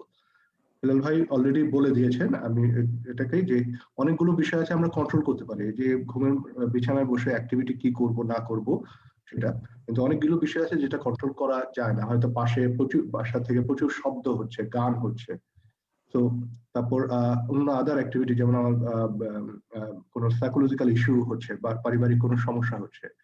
তো আমাদের এটাও মাথায় রাখতে হবে যে ফ্যাক্টর গুলো, যে ভ্যারিয়েবল গুলো, যে বিষয়গুলো আমাদের ঘুমের উপরে প্রভাব রাখছে, সেগুলো যেগুলো যেগুলো আমার কন্ট্রোল করা সম্ভব ম্যাক্সিমাম এফোর্ট দিতে হবে সেগুলো কন্ট্রোল করার জন্য। আর যেগুলো কন্ট্রোল করা সম্ভব নয় সেটা বাইপাস করে অন্য কিছু বিকল্প করা যায় কিনা সেটাও ভাবতে হবে। তো এগুলো কিন্তু আরো ভালো হয় যদি একজন কনসালটেন্ট বা মানে বিশেষজ্ঞের সাথে বসে, কারণ এক এক ব্যক্তির চ্যালেঞ্জ গুলো এক এক রকম। তো তার একজন ব্যক্তি তিনি কি ফেস করছেন, তিনি কি সমস্যায় আছেন সেটা বুঝে তার জন্য একটা কিন্তু প্যাকেজ বা স্লিপ শিডিউলিং প্যাকেজ তৈরি করতে হয়। ধন্যবাদ Robina. Thank you so much sir. আমরা এখন শেষ করে দিব। আমরা শেষ করার আগে জাস্ট একটু আপনাদের কাছ থেকে আজকে ওয়েবিনারের কনক্লুডিং একটা রিমার্কস আমি একটু জানতে চাইবো। আদি বাবা, আপনাকে দিয়ে একটু শুরু করছি যে আজকে যে বিষয়গুলো নিয়ে আমরা আলোচনা করলাম, আমাদের এটা আমরা যে ওয়েবিনারটা করছি এটা আমাদের ফেসবুক থেকে লাইভ হচ্ছে এবং এটা আমাদের রেকর্ডেড ভার্সনটা আমাদের, আপনারা জানেন যে সাজিদা ফাউন্ডেশনের দুইটা হসপিটাল রয়েছে, একটা একদম টোটালি কোভিড ডেডিকেটেড হসপিটাল যেটা নারায়ণগঞ্জে অবস্থিত এবং আর একটা কেরানীগঞ্জে আমাদের হসপিটাল রয়েছে যেখানে আমাদের হেলথ কেয়ার স্টাফরা বড় একটা অংশ সেখানে কাজ করেন। যেখানে আমরা এই রেকর্ডেড ভার্সনটা আমাদের আমরা আমাদের হসপিটালের যেই স্ক্রিন আছে আমরা সেখানেও স্ক্রিনিং করবো, যারা মিস করেছেন তারা যাতে দেখতে পারেন। তো সেই জন্যই আজকে একটু জানতে চাচ্ছি যে আমরা যে বিষয়গুলো নিয়ে আলোচনা করেছি সেখান থেকে আপনারা তিনজন আলোচক আজকে এখানে ছিলেন এবং খুবই গুরুত্বপূর্ণ বিষয়গুলো উঠে এসছে এবং আমার মনে হয় যে হোলিস্টিক একটা ধারণা আমরা পেয়েছি ঘুমের প্রভাব এবং এটা কিভাবে আমাদের উপর ইম্প্যাক্টটা ফেলে এবং এটা কি কারণে আমাদের একটা মানসম্মত একটা ঘুমের রুটিন মেনে চলা জরুরি আমাদের একটা টোটাল ব্যালেন্স লাইফ লিড করার জন্য। এই জায়গাগুলো উঠে এসেছে। তো আপনি কনক্লুডিং রিমার্ক হিসেবে আপনি কি বলতে চান, যদি একটা লাইনে আমাদের অডিয়েন্সদের জন্য আপনি কিছু বলতে চান, বলে যেতেন আদি বাবা। জি, অনেক ধন্যবাদ রবিনা আপা। একটা লাইনে যদি বলি তাহলে বলবো যে ঘুম নিয়ে খুব ভালো লাগে, খুব রিল্যাক্সিং, খুবই আরামদায়ক একটা অনুভূতি, পাশাপাশি ভয়ও হয়, অস্বস্তিও হয়, উদ্বিগ্নতা সবকিছুই হয়। যখন আমাদের এটা নিয়ে অসুবিধা হবে আমরা তো সবসময় চেষ্টা করব এটাকে মানসম্মত রাখার, আজকে এই শব্দটি ইউজ করা হয়েছে টপিকে, কিন্তু অসুবিধা হলে এটা নিয়েও কাজ করার সুযোগ আছে। নিজেরা চেষ্টা করতে পারি, না হলে প্রফেশনালরাও আছে, এটা নিয়ে কাজ করা সম্ভব, এই আশাটা আমরা রাখতে পারি। এটাই আমার মত ছিল। ধন্যবাদ, খুবই গুরুত্বপূর্ণ একটা টপিক। অসংখ্য ধন্যবাদ আদি বাবা। কামাল স্যার, আপনার কাছে একটু যেতে চাই, আপনি যদি আমাদের শেষ কিছু বলতে চান আমাদের অডিয়েন্সদের উদ্দেশ্য করে। মোটামুটি বলেছি, তবু সবাইকে বলবো যে আপনারা যারা যারা ভালো ঘুমাচ্ছেন তারা চেষ্টা মানে তাদেরকে তো এফোর্ট দিতে হয় না, তারা মাথায় রাখবেন যে এই যে বিশেষ গুণটা আপনাদের আছে সেটা ধরে রাখার জন্য, সেটা এবং সেটা যাতে নষ্ট না হয়, আপনি আপনার কোনো আচরণ দিয়ে সেটা যাতে ব্যাঘাত না ঘটে সেটা খেয়াল রাখবেন। আর যারা ঘুমের সমস্যা হচ্ছে তাদেরকে অবশ্যই তারা তো বিশেষজ্ঞের কাছে কথা বলবেন, জানবেন এবং কি কি উদ্যোগ নেওয়া যায় সেটা নেবেন। পাশাপাশি এটাও ইম্পর্টেন্ট যে আপনি এক ধরনের বলবো যে আপনি হয়তো 4 ঘন্টা ঘুমাচ্ছেন কিন্তু মনে হচ্ছে যে আপনার এতে হচ্ছে না, বা আবারও চিন্তা করুন যে আপনি যদি 4 ঘন্টা বা 5 ঘন্টা ঘুমিয়েও ভালো থাকেন তাহলে সেটাকে মাথায় নিয়ে আরো কিভাবে বাড়ানো যায় ঘুমটা, সেটা অর্থাৎ যেটা হলো যে ক্যাটাস্ট্রোফাইজ না, মানে আতঙ্কিত না হয়ে যাওয়া। আতঙ্কিত হলে এটা আরো আপনাকে মানে ঘুমটাকে আরো খারাপ করবে। তো আতঙ্কিত না হয়ে এটা উদ্যোগ নিতে হবে এবং যেটুকু ঘুমাতে পারছেন সেটুকুকেই আরো বাড়ানোর জন্য যে আচরণগুলো করা দরকার সেগুলো করবে। ধন্যবাদ সবাইকে আমার ধৈর্য ধরে শোনার জন্য। Thank you so much sir. আমরা সবশেষ হেলাল স্যারের কাছে ফিরে যাচ্ছি। স্যার, আপনিও যদি একইভাবে আমাদের শেষ রিমার্কসটা একটু দিতেন আমাদের অডিয়েন্সদের উদ্দেশ্যে। ধন্যবাদ। আমি আসলে নতুন কিছুই বলবো না, পুরাতন যেই কথাগুলো বলেছি সেই পুরাতন কথাটাই আমি বলবো, যে আমরা যেন রাতের বেলা ঘুমাই, সেটি সময় বেশি হোক অথবা কম হোক, ঘুমটা যেন রাতে হয় এবং দিনের বেলা যেন আমরা সক্রিয় থাকি, আমাদের অ্যাক্টিভিটি গুলো যেন দিনের বেলা থাকে। এই বিষয়টাই, এই মেসেজটাই আমি সবাইকে দিতে চাচ্ছি। আমি কম ঘুমাই বেশি ঘুমাই, রাতে ঘুমাবো, আর আমার অ্যাক্টিভিটি বা সক্রিয়তা যেন দিনের বেলায় থাকে। সবাইকে ধন্যবাদ। সবাই ভালো থাকবেন, সুস্থ থাকবেন এবং সবাই রাতে ঘুমাবেন। Thank you so much sir. আমরা এখন শেষ করব। আপনাদেরকে অসংখ্য ধন্যবাদ সাজেদা ফাউন্ডেশনের পক্ষ থেকে। কামাল স্যার, হেলাল স্যার এবং আদিবা আপা আমাদের প্রোগ্রামে এতক্ষণ সময় দেবার জন্য এবং এত চমৎকার ইনসাইটফুল আলোচনা করবার জন্য। যদিও আমি সেম ফিল্ডেই আছি, তারপরও মনে হচ্ছে যে অনেকগুলো ইনসাইট আবার হচ্ছে গিয়ে আমিও পেয়েছি। তো নিশ্চয়ই এটা যারা আসলে আমাদের অডিয়েন্স, যারা জেনারেল অডিয়েন্স, যারা আসলে জানেন না, অনেক সময় এই সচেতনতা গুলো থাকে না, ইনফরমেশন গুলো থাকে না, তাদের জন্য এটা নিশ্চয়ই অনেক বেশি রিওয়ার্ডিং ছিল, ইনফরমেটিভ ছিল। এবং আমি আশা করছি যে আমাদের যাদের টার্গেট করে আমরা এই প্রোগ্রামটা আজকে করেছি, তারা কিছুটা হলেও সেলফ ম্যানেজমেন্টের কিছু গাইডলাইন পেয়েছেন। একইভাবে নিজেকে বুঝবার জন্য আসলে নিজের জায়গা থেকে কি করতে হবে সেটা বুঝে স্টেপ নেওয়ার জন্য ইনফরমেশন, প্রয়োজনীয় ইনফরমেশন আপনারা পেয়েছেন। তো আমি অডিয়েন্স এবং আমাদের এই যে আলোচক বৃন্দ ছিলেন, অসংখ্য ধন্যবাদ দিচ্ছি এবং শুভেচ্ছা জানাচ্ছি, কৃতজ্ঞতা জানিয়ে আজকে আমাদের থার্ড ওয়েবিনারটা শেষ করছি। অনেক ভালো থাকবেন, নিজের যত্ন নেবেন। ধন্যবাদ।